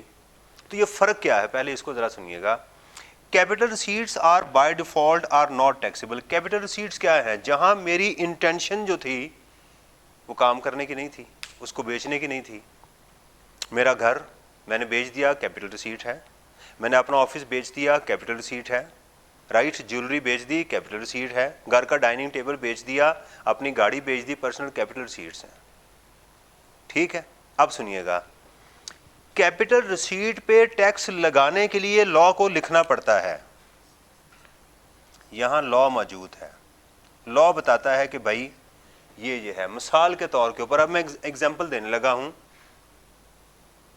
एक एम्प्लॉय अपने एम्प्लॉयर से लोन ले लेता है 10 लाख से ज्यादा, जो कि उसने वापस करना है, तो ये कैपिटल रिसीट थी उसकी।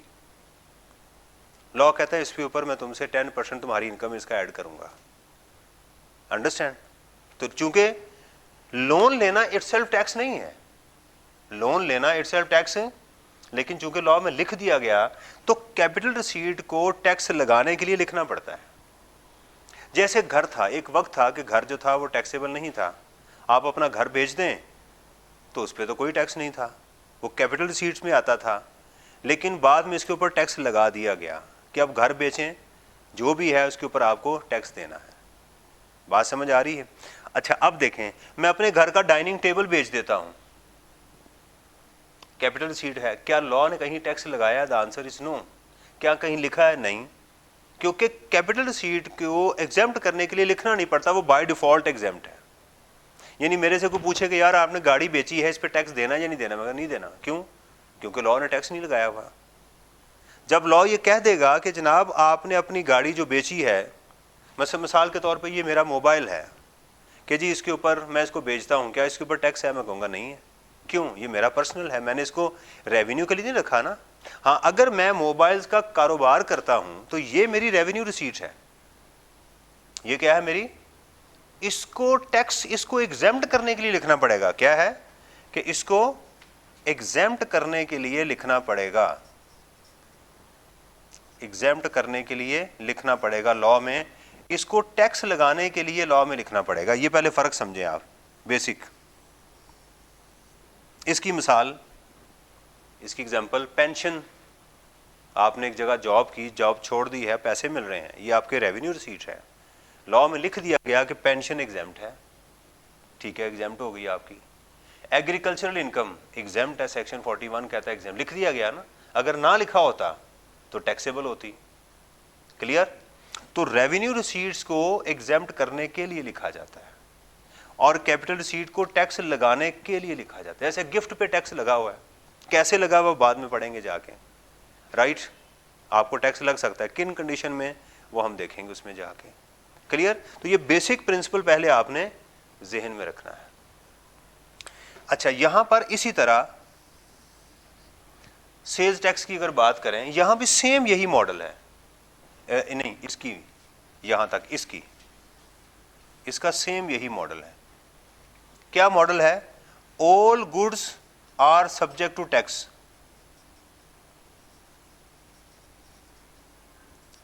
Accept which are listed under 6th schedule. देखें, यहां हमारे लिए पास सेकंड शेड्यूल है, एक लॉ भी है लेकिन सेकंड शेड्यूल भी है, हमारे ऑर्डिनेंस का एक हिस्सा है जिसको शेड्यूल कहते हैं, उसके साथ अटैच है। It's a part and parcel of the ordinance. यहां पर आइटम्स गिवन है, यहां पर जो है वो कहता है तमाम गुड्स, मेरे हाथ में मार्कर है, मैं आपसे पूछता हूं क्या इस पे सेल्स टैक्स है, तो आप पूछेंगे सर क्या ये छठे शेड्यूल में लिखी हुई है, मैं कहता हूं नहीं, तो आप कहेंगे इस पे टैक्स है। मैं कहता हूं कि जनाब ये किताब है, राइट, इस पे टैक्स है कि नहीं है सेल्स टैक्स, आप कहते हैं सर क्या बुक्स 6 शेड्यूल में लिखी हुई है, मैं कहता हूं हाँ लिखी हुई है, आप कहेंगे नहीं फिर एग्जाम्प्ट है। यानी 6th शेड्यूल में इसका लिखना एग्जाम्प्ट कर देगा उसे,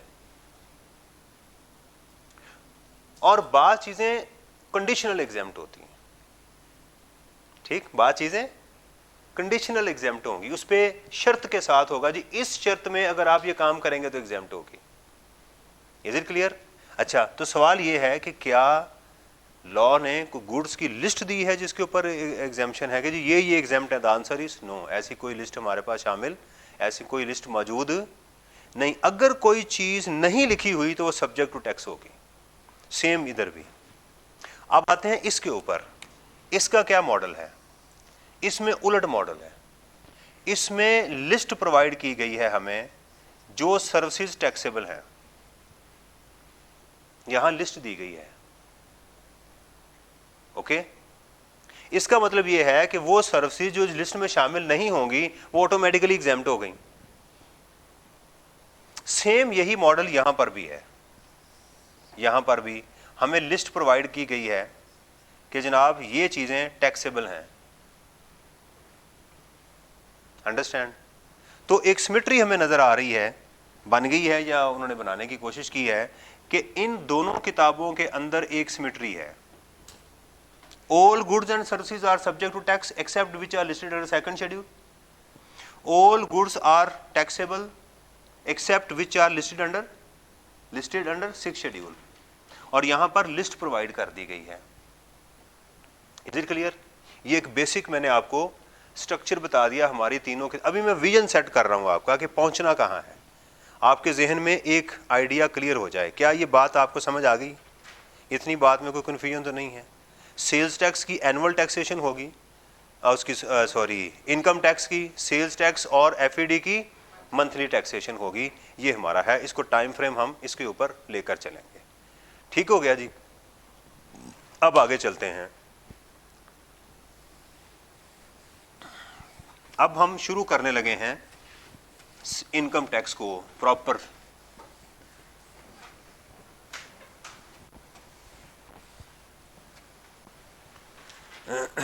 देखिएगा, इनकम टैक्स जो है हमारा, इनकम टैक्स ऑर्डिनेंस 2001,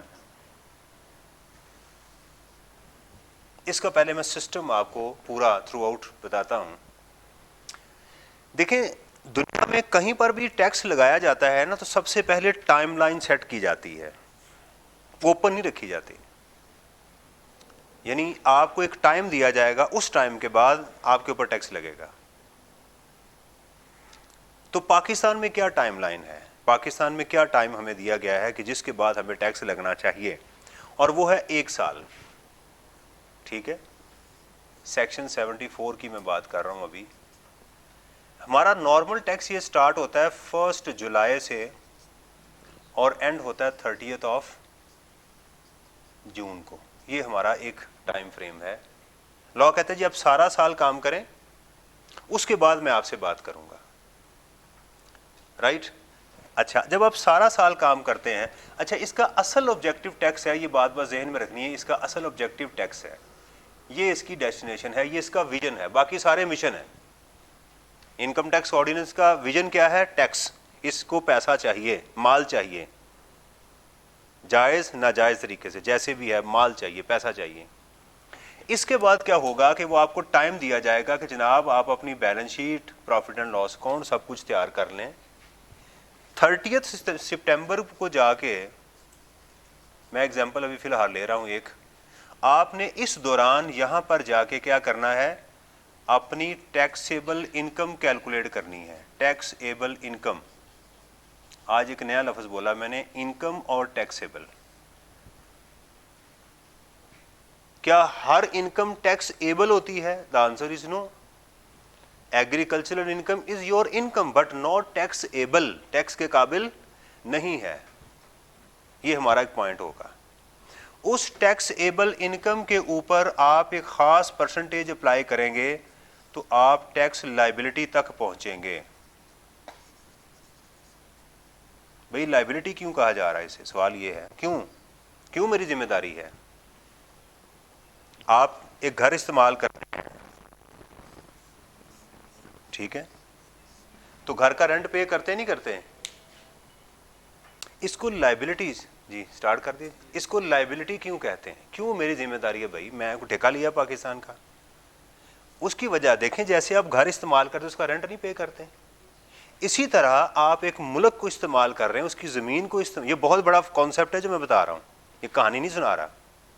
ये आगे जाके आपको जियोग्राफिकल सोर्स ऑफ इनकम को समझने में मदद देगा। ये कि आप जैसे एक घर को इस्तेमाल करते हैं, उसका रेंट पे करते हैं ना, तो you are using this land, आप इस घर को इस्तेमाल कर रहे हैं, तो इसलिए लिहाजा आपने उसका क्या करना, टैक्स भी देना है। You can say that tax is a rent. जो आप इस ज़मीन को इस्तेमाल कर रहे हो उसके अगेंस्ट आपने इसका क्या देना है, रेंट पे करना है, राइट। ये आप टैक्स कैलकुलेट करते हो। अब सवाल अगला फिर यहाँ पर आता है कि भाईजान ये जो टैक्स लाइबिलिटी है, क्या डिपार्टमेंट यहाँ पर पूरा साल आपको आज़ादी दे कि ठीक है जी साल के बाद मैं सब लोगों से मिलूंगा और उनसे पैसे ले लूँगा? तो इंशाल्लाह ले लें, फिर पैसे ले सकते हैं, सवाल ही पैदा नहीं होता। तो इसके लिए उन्होंने एक सिलसिला चलाया हुआ है जिसको हम कहते हैं विदहोल्डिंग टैक्स रजीम। ये एक नया लफ्ज़ आ गया आपके पास, रजीम। रजीम चेंज हो गया जी, रजीम का लफ्ज़ आजकल बड़ा चल रहा है ना। रजीम, रजीम क्या होता है? तरीक़ेकार, सिस्टम। ये लफ्ज़ बहुत यूज़ होना हमारे टैक्स में। Normal tax रजीम, minimum tax रजीम, final tax रजीम, ये सारे लफ्ज़। तो रजीम को पहले सुन लें कि रजीम ये है। अब इस रजीम के अंदर क्या किया जाता है, लोगों से एडवांस टैक्स लिया जाता है, यानी विदहोल्डिंग टैक्स इसको समझ लें, एडवांस टैक्स भी इसको कहते हैं। एक इसका एक ही मतलब है, ये लोगों से लिया जाता है। क्यों भाई? उन्होंने बाद में पैसे नहीं देने, राइट, डिफरेंट ट्रांजैक्शंस के ऊपर। This is not your tax liability, ये बात ज़हन में रखनी है। This is the myth. Low tax लगा दिया जी, गाड़ी पे टैक्स लगा दिया जनाब, बैंक पे टैक्स लगा दिया आपने, फलां जगह टैक्स। ये टैक्स नहीं है, ये बात ज़हन में रखें। दिस इज नॉट टैक्स, ये टैक्स नहीं है, ये है आपका एडवांस टैक्स। इसकी आगे दो टाइप्स हैं इसकी। एक को हम एडवांस टैक्स कहते हैं, एक को हम डिडक्शन ऑफ टैक्स कहते हैं,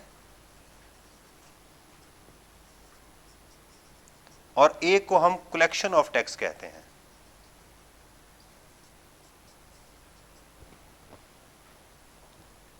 अंडरस्टैंड? इसको डिडक्शन और कलेक्शन में ये टर्म्स हैं, देखें ना, आहिस्ता आहिस्ता हमारी वोकैबुलरी डेवलप हो रही है। डिडक्शन ये है दोनों एडवांस ही, एडवांस या कलेक्शन से कोई फर्क नहीं पड़ने वाला। फर्क क्या है? मुझे सैलरी मिली तो मेरी सैलरी में से उन्होंने टैक्स काट लिया, दिस इज डिडक्शन। मुझे डिविडेंड मिला, डिविडेंड में से उन्होंने टैक्स काट लिया, दिस इज डिडक्शन। अंडरस्टैंड? और मेरा इलेक्ट्रिसिटी बिल आया, उसके साथ टैक्स लग के आ गया, दिस इज कलेक्शन। मैंने इंपोर्ट की, उसके साथ मुझे इंपोर्ट के टाइम पे टैक्स देना पड़ा, दिस इज कलेक्शन। यानी जब आपको बिल चार्ज हो, उसमें इनकम टैक्स लगा हो, this is called collection of tax. तो कलेक्टिवली इन दोनों को मिला के क्या कहते हैं? Withholding tax. You can say that withholding tax is a general term. Withholding tax is a general term and deduction and collection is a specific term. यानी मैं और आप, हम समझे कि हम इंसान हैं, लेकिन इसकी दो कैटेगरी हैं, मर्द और औरतें। इसके दरमियान में भी होती है एक। इस तरह टैक्स में भी कुछ दरमियान में ऐसी चीज़ें होती हैं जो ना मर्द होती हैं ना औरतें होती हैं, उनको सिर्फ एडवांस टैक्स कहते हैं। समझ आ गई ना मेरी बात की? तो फिलहाल ये मैंने आपको बता दिया। अब थोड़ा सा लॉ के ऊपर आते हैं, किताब के ऊपर आते हैं। किताब क्या कहती है? ये बड़ा इंपॉर्टेंट पॉइंट है, बड़ा समझने वाली चीज़ है। हमारे इनकम टैक्स ऑर्डिनेंस में एक फर्स्ट शेड्यूल है।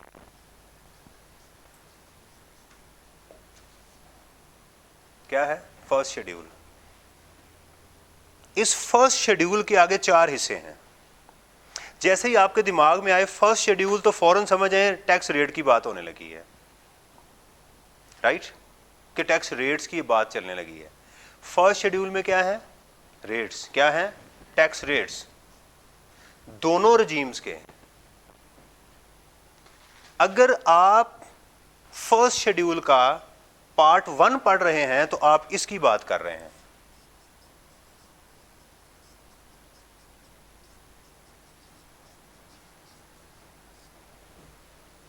मजा आया ना? फर्स्ट शेड्यूल का पार्ट 1 अगर पढ़ रहे हैं तो आप समझ जाएं कि ये जो कॉन्सेप्ट है ये साल के एंड के ऊपर अप्लाई होने वाला है। ये इनकम के ऊपर, टैक्सेबल इनकम के ऊपर अप्लाई होना है, राइट? लेकिन अगर इसके अलावा बाकी आप जो पार्ट पढ़ रहे हैं, पार्ट 2 देख रहे हैं, पार्ट 3 आप देख रहे हैं और पार्ट 4 देखिए, एक्सेप्शंस आर देयर, एक्सेप्शंस हो सकती हैं, ठीक है? तो आप अगर पार्ट 2, 3 और 4 को देख रहे हैं तो इट मींस आप विद होल्डिंग टैक्स रिजीम के अंदर घुसे हुए हैं।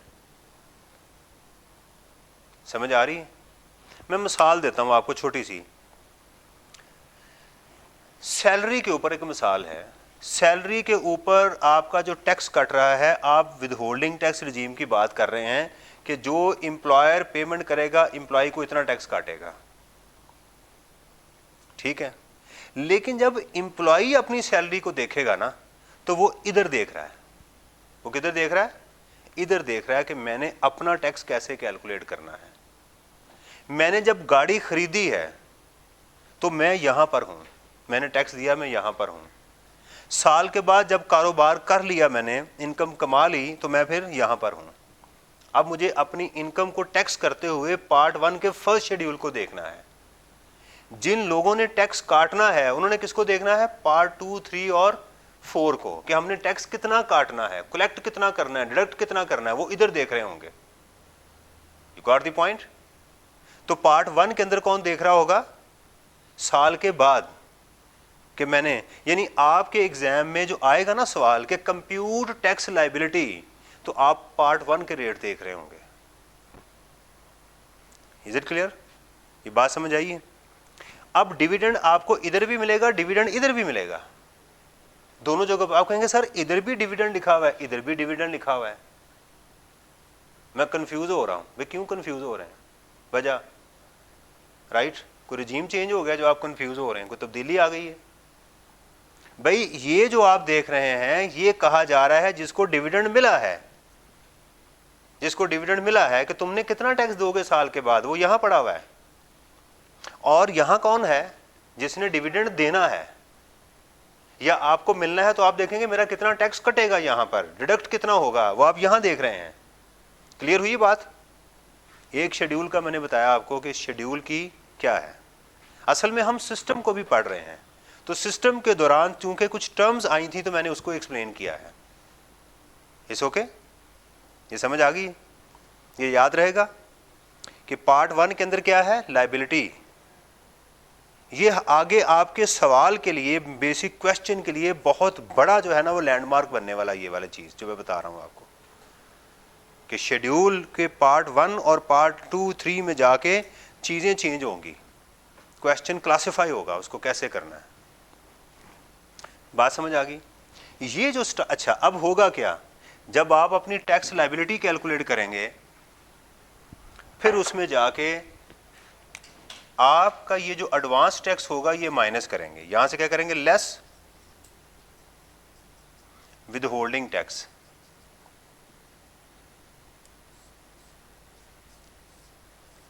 तो यहां पर आपका टैक्स पेएबल भी आ जाएगा या रिफंडेबल भी आ सकता है।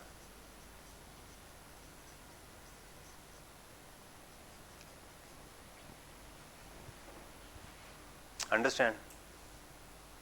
अगर पेएबल है तो आप जमा करवा दें, रिफंडेबल है तो मिल जाएगा। अंडरस्टैंड? ये आपकी, इस प्रोसीजर को हम एनटीआर नॉर्मल टैक्स रिजीम कहते हैं। नॉर्मल में है आप, किस में है? नॉर्मल टैक्स में। एनटीआर बोलते हैं नॉर्मल टैक्स रिजीम। लॉ में अगर कुछ नहीं बताया गया तो एनटीआर है। एनटीआर लिखने के लिए लॉ कहीं नहीं बताएगा कि एनटीआर है, जो यहां तक मेरी अंडरस्टैंडिंग है। यानी अगर कुछ कहीं नहीं लिखा गया तो ये क्या है, एनटीआर। फाइनल के लिए बताना पड़ेगा, मिनिमम के लिए उसको बताना पड़ेगा। देखें अजम्पशन शुरू हो गई ना, पढ़ना कैसे, कहां लिखा हुआ है, कहीं नहीं लिखा हुआ। क्यों, अजम्पशन है लॉ की। एक पेपर की अजम्पशन आएंगी, एक है अभी लॉ की अजम्पशंस आ रही हैं, उसको अंडरस्टैंड कैसे करना है। अब आप ये सारी इंफॉर्मेशन किसको देंगे, टैक्स डिपार्टमेंट को। उसको कहते हैं टैक्स रिटर्न। यहां पर आप क्या करेंगे, टैक्स रिटर्न फाइल करेंगे। इसको रिटर्न क्यों कहते हैं, कहानियां हैं बस, मैं जो भी सुना दूं आप सुन लेंगे। बस इसका उस कागज का नाम, उस डॉक्यूमेंट का नाम टैक्स रिटर्न है जो आपने जमा करवानी।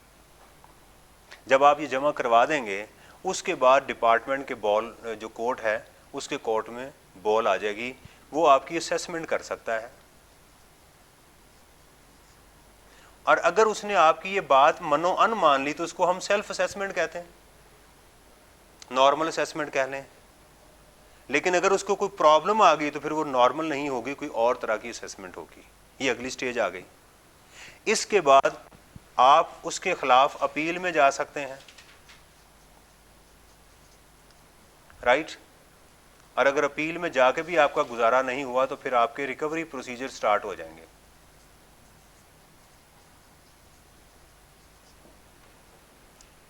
ये जो कुछ मैंने आपके सामने बनाया है ना, ये इस किताब में सब कुछ लिखा हुआ है, हर कहानी इसके अंदर बताई गई है।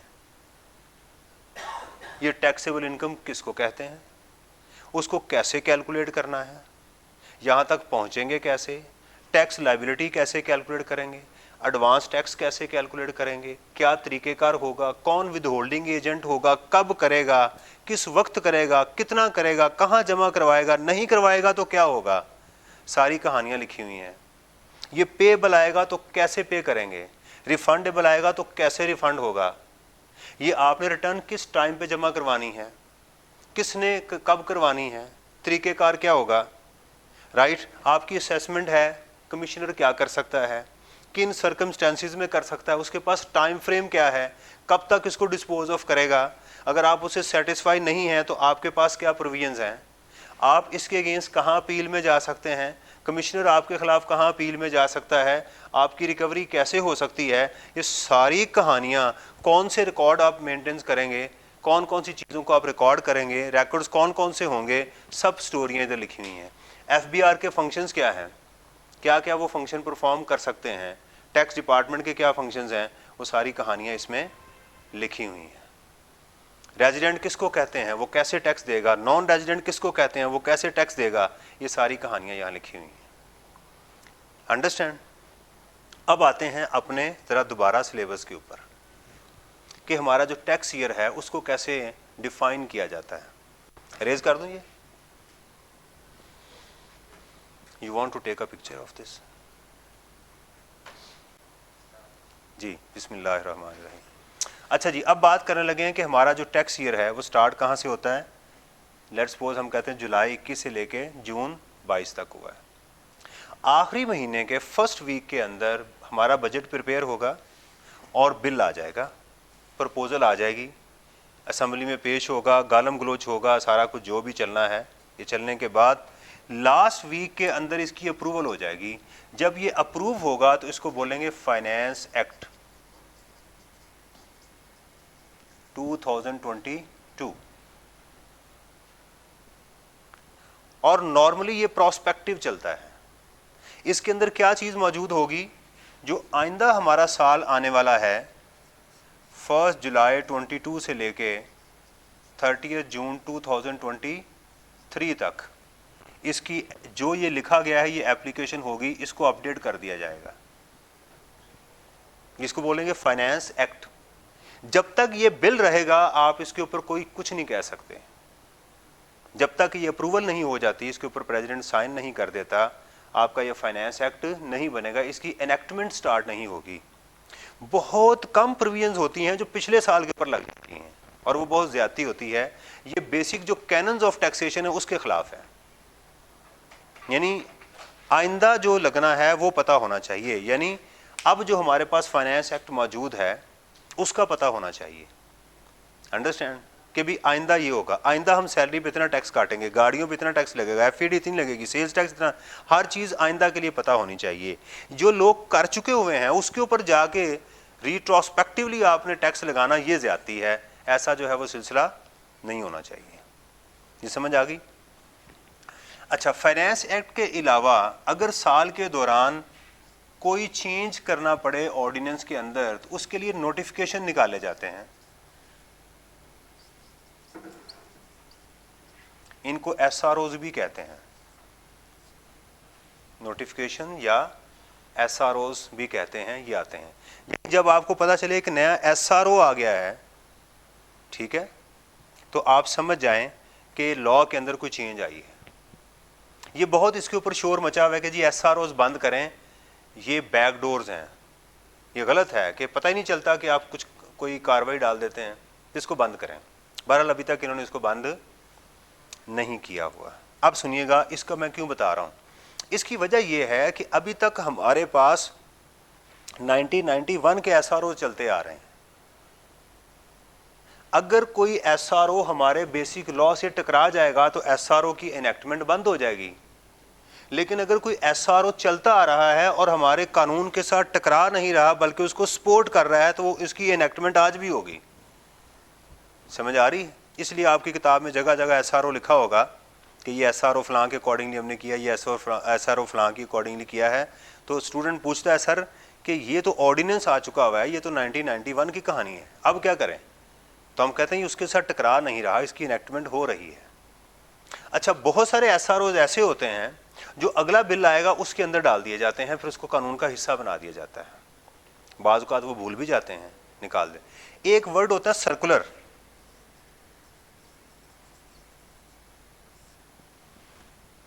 ये सर्कुलर जब एक डिपार्टमेंट दूसरे डिपार्टमेंट के साथ कम्युनिकेट करता है, डिपार्टमेंट वर्सेस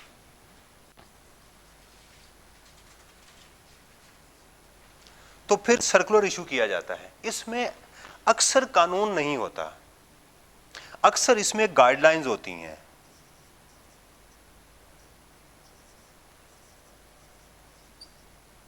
अक्सर इसमें क्या होती हैं? गाइडलाइंस। मिसाल मैं देता हूं आपको, एक एसआरओ है, उसमें यह बताया गया कि जब आप टैक्स क्रेडिट्स को माइनस करेंगे तो इस तरतीब से करेंगे। तो असल में वो लॉ की ही एक्सप्लेनेशन थी, वो इसी को क्या कर रहा था? एक्सप्लेन कर रहा था। इन तरीक़ेकार बता दिया गया। इसी तरह अगर कस्टम वालों को ये कहना है कि फ़लाँ फ़लाँ जगह पर आपने लोगों को पाकिस्तान से बाहर नहीं जाने देना, उनका टैक्स इतना काट के हमें जमा करवाना है, तो लिखा तो हुआ है यहाँ पर, लेकिन एक इंस्ट्रक्शंस पास की जा रही हैं टैक्स डिपार्टमेंट से कस्टम डिपार्टमेंट को, तो सर्कुलर आएगा। लॉ में चेंज आएगी तो क्या आएगा? एसआरओ आएगा। कोई समझ आ रही? राइट। इसी तरह हमारे पास एक किताब है इनकम टैक्स रूल्स।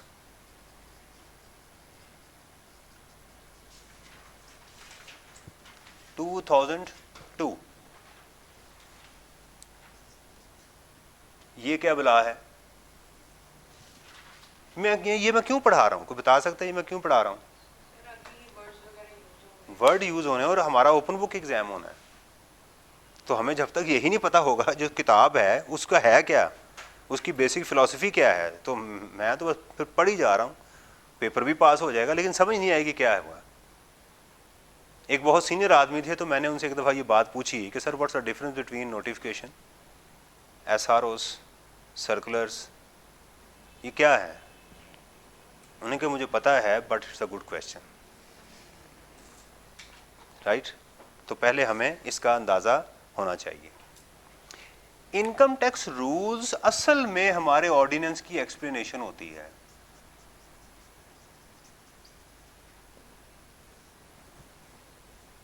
जैसे आपके नोट सूद अकाउंट नहीं होते, property plant and equipment, note number 18, आप 18 में जाके देखते हैं। इसी तरह समझ लें कि ये इसके नोट सूद अकाउंट हैं। मसलन यहां लिखा हुआ है कि एक शख्स अगर पाकिस्तान में इतने दिन ठहरेगा तो वह रेजिडेंट हो जाएगा। दिन कैसे काउंट करने हैं? इधर आ जाएं, रूल्स में लिखा हुआ है। ऑर्डिनेंस में ये बात लिखी है कि सैलरी में शामिल है बेसिक सैलरी, अलाउंसेज, परकोजेट्स, ये वो कैसे कैलकुलेट करने हैं रूल्स में? गाड़ी की कैलकुलेशन ऐसे होगी, राइट? लो, इस सारी चीज़ों की आगे एक्सप्लेनेशन गिवन है। अकोमोडेशन को ऐसे कैलकुलेट किया जाएगा, यहाँ लिखा हुआ है, राइट? तो क्या हर ऑर्डिनेंस के हर सेक्शन के आगे रूल्स मौजूद हैं? The answer is no. बहुत सारी आपको प्रोविजन मिलेंगी जिनके रूल्स मौजूद नहीं हैं। तो जहां जरूरत पड़ती है वहां रूल्स मौजूद होते हैं। आप कह सकते हैं सर अगर इसमें और इसमें फड्डा पड़ गया तो क्या करेंगे? तो फिर इसको फॉलो किया जाएगा। आप कहते हैं सर अगर ऑर्डिनेंस में और शेड्यूल में कोई मसला आ गया तो फिर ऑर्डिनेंस को फॉलो किया जाएगा। तो प्रायोरिटी किसकी है? ऑर्डिनेंस की, फिर शेड्यूल, फिर रूल्स। इस तरह से होगा ये। अंडरस्टैंड? ये हमारी सारी ये चीजें चलेंगी। इस क्लियर? ये आपको मैंने बता दिया। तो अब हमारा जो एग्जाम है उसके लिए हमारा टैक्स ईयर कौन सा है? 2023 के लिए हम काम करेंगे। तो हमारे ऊपर फाइनेंस एक्ट कौन सा एप्लीकेबल है? दिस वन, जो आ चुका हुआ है अभी, जो रिसेंटली हमारे पास आया वो ये वाला है। अंडरस्टैंड? उसकी हम एप्लीकेशन यहाँ पर वो करेंगे। बेटा सर बंद करना। बिस्मिल्लाहिर्रहमानिर्रहीम। लें जी, मैंने आपके सामने 3 चीज़ें लिखी हैं। इसका पार्ट 1 है प्रोफाइल, राइट? नंबर 2 इसका पार्ट है टैक्सेबल इनकम, और नंबर 3 है इसका टैक्स। देखिए हमारी जो टैक्स रिटर्न है जो हम FBR को जमा करवाते हैं उसके भी तकरीबन यही हिस्से होते हैं, क्योंकि अल्टीमेटली तो हमने वहीं पहुंचना है ना। पहले मैं कौन हूं, अपना इंट्रोडक्शन दें। आपने कमाया क्या है, उसके ऊपर कितना टैक्स है, और आपने दे कितना दिया है और देना कितना है। ये सिंपल से ये सवाल हैं। आपका जो भी क्वेश्चन होगा वो आपका इंडिविजुअल का क्वेश्चन हो, पार्टनरशिप फर्म का क्वेश्चन हो, कंपनी का क्वेश्चन हो, हमारा यही फॉर्मेट रहेगा। हम तमाम क्वेश्चन को इसी टेम्पलेट के ऊपर रखेंगे। You can say that this is the framework. ये हमारा क्या है? एक फ्रेमवर्क है। पहली चीज है पर्सनल स्टेटस, कि आप कौन हैं, राइट? तो पर्सन से क्या मुराद है? पर्सन से मुराद ये है कि आप इंडिविजुअल हैं। अभी मैं एक इंट्रोडक्शन आपको देने लगा हूं। या आप पार्टनरशिप फर्म यानी AOP हैं, या आप कंपनी हैं, और तीसरी इसकी है फेडरल गवर्नमेंट। एक डेफिनेशन ये भी लॉ में लिखी हुई है कि what is meant by person. क्यों भाई? अगर आप इंडिविजुअल हैं या कंपनी हैं तो आपका यहां पर इंपैक्ट आएगा, आपको टैक्स जो है वो डिफरेंट लगेगा। इसलिए पर्सन के चेंज होने से टैक्स रेट्स क्या होते हैं? चेंज हो जाते हैं। हाँ जी, हाँ जी। तो ये रेट्स कहाँ लिखे हुए हैं? शेड्यूल 1 में। ये कहाँ लिखा हुआ है? लॉ में लिखा हुआ है। इसी तरह इंडिविजुअल को लॉ ने 2 हिस्सों में डिवाइड कर दिया, सैलरीड और नॉन सैलरीड के, राइट? इसका मतलब ये है कि जैसे ही आप यहाँ पर अपने प्रोफाइल में चेंज करेंगे तो आपके ऊपर टैक्स के रूल जो है वो चेंज हो सकते हैं। कंपनी का एक ही फ्लैट रेट है, उसके ऊपर स्लैब रेट्स एप्लीकेबल नहीं है। अभी मैं सिर्फ ओवरव्यू दूंगा आपको ताकि आपके जहन में एक इमेज बन जाए कि ये सर करवाने जा रहे हैं। इसी तरह आपके जो रेजिडेंशियल स्टेटस हैं, आपका जो पर्सन होता है वो या रेजिडेंट होता है या नॉन रेजिडेंट होता है।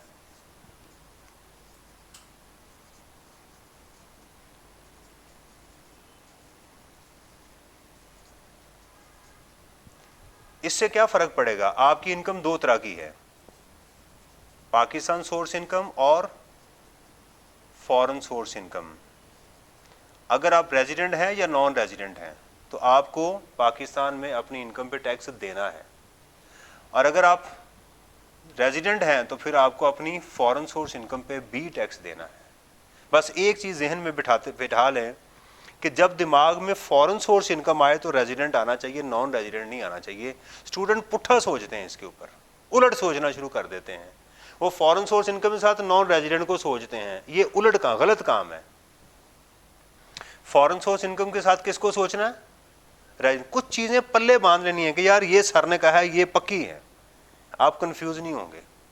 देखें, ईमान जितना मजबूत होगा ना उतनी आसानी से आप न्यूमेरिकल करेंगे। ईमान जितना कमज़ोर होगा न्यूमेरिकल भी उतना वीक होगा। एग्जामिनर आपको ऐसी ऐसी लाइनें देगा एग्जाम के अंदर जिनका उसके साथ कोई लेना देना है ही नहीं। देखें ना, आप ऑफिस में गए हैं, आप अकेले हैं, ऑफिस में बड़ी चीज़ें ऐसी पड़ी हैं जो आप चोरी कर सकते हैं। शैतान आपको कहेगा ना ये भी पकड़ो ये भी पकड़ो, वो नहीं पकड़नी आपने, आप अपना ही बैग उठा के आएंगे ना बाहर। ऐसे ऐसे ही आपने पास होना है कि ईमान जितना टैक्स के ऊपर आपका मजबूत होगा तो आपको पता होगा यार ये वाली जो लाइन है ना, ये फिगर मेरे लिए इररेलेवेंट है, इसको नहीं देखना। ठीक है, तो ये आपके ईमान का हिस्सा है कि फॉरेन सोर्स इनकम के साथ रेजिडेंट नॉन रेजिडेंट को कभी नहीं सोचना। जब फॉरेन सोर्स इनकम का आए तो फॉरेन किसको सोचना है, आप कंफ्यूज नहीं होंगे। ठीक है, टैक्स ईयर हमारे 3 तरह के होते हैं, normal, special and transitional.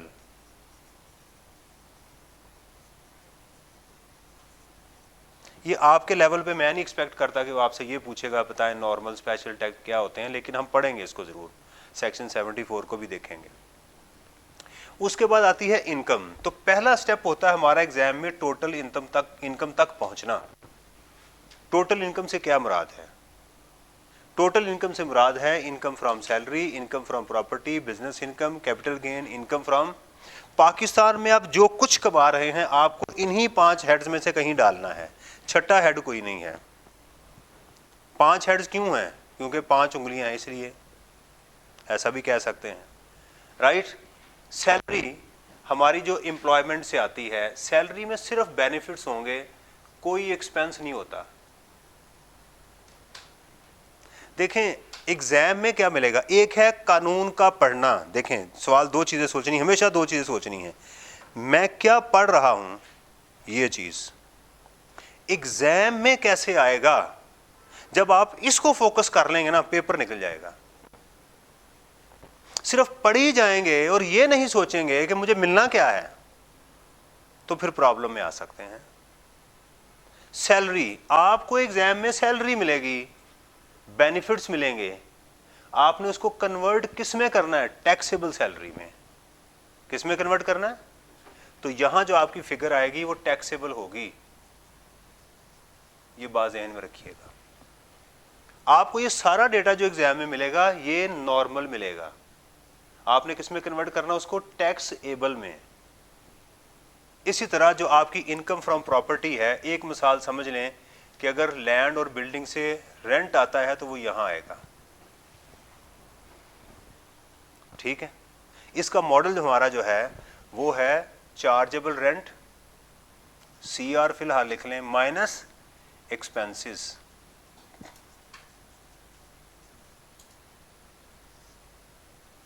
Salary में ये मॉडल नहीं है, मॉडलिंग कर रहा हूं। क्या मिलना है, इनकम फ्रॉम प्रॉपर्टी क्या है, ये चीज। बिजनेस इनकम में आपको रेवेन्यू या सेल माइनस एक्सपेंसेस मिलेंगे। कैपिटल गेन में आपको सेल प्राइस मिलेगी माइनस कॉस्ट, यहां ये मॉडल चलेगा। इनकम फ्रॉम अदर सोर्सेज में आपको इनकम माइनस एक्सपेंसेस कुछ मिलेंगे।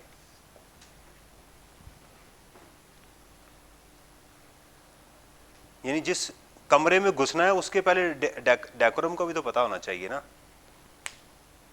राइट। आपके घर में रूम्स होते हैं ना, ड्राइंग रूम के अलग माहौल होता है, डाइनिंग हॉल का अलग डेकोरम होता है, बेडरूम का, वॉशरूम का होता है ना। इस तरह ये 5 रूम्स हैं, हर रूम का हमें पता होना चाहिए कि इसमें जो डेटा मिलेगा उसको मैंने किस तरीके से टैक्सेबल में कन्वर्ट करना है। ठीक, सैलरी हो गई। देखें अगर कोई चीज, कोई भी इनकम जिसका ताल्लुक इमूवेबल के साथ नहीं है ना, आपने इस हेड के ऊपर नहीं सोचना। मैं मोटी मोटी चीजें भी बता रहा हूं। अगर कोई इनकम आपकी इमूवेबल प्रॉपर्टी के साथ कनेक्टेड नहीं तो इनकम फ्रॉम प्रॉपर्टी जहन में नहीं आनी चाहिए। यानी यहां प्रॉपर्टी से मुराद सिर्फ इमूवेबल प्रॉपर्टी आपके दिमाग में आनी चाहिए। अगर ये मूवेबल है तो इस हेड के ऊपर नहीं सोचना आपने। ठीक हो गया? अच्छा, अगर कोई चीज बिक रही है, बिक गई है, क्या हुआ? डिस्पोजल, बार बार कह रहा हूं डिस्पोजल। अगर डिस्पोजल हुई है तो आपने इन तीनों हेड का नहीं सोचना। एग्जाम में हो कि उसने चीज बेच दी, डिस्पोज ऑफ हो गई, तो आपका रुझान नॉर्मली किस तरफ जाना चाहिए?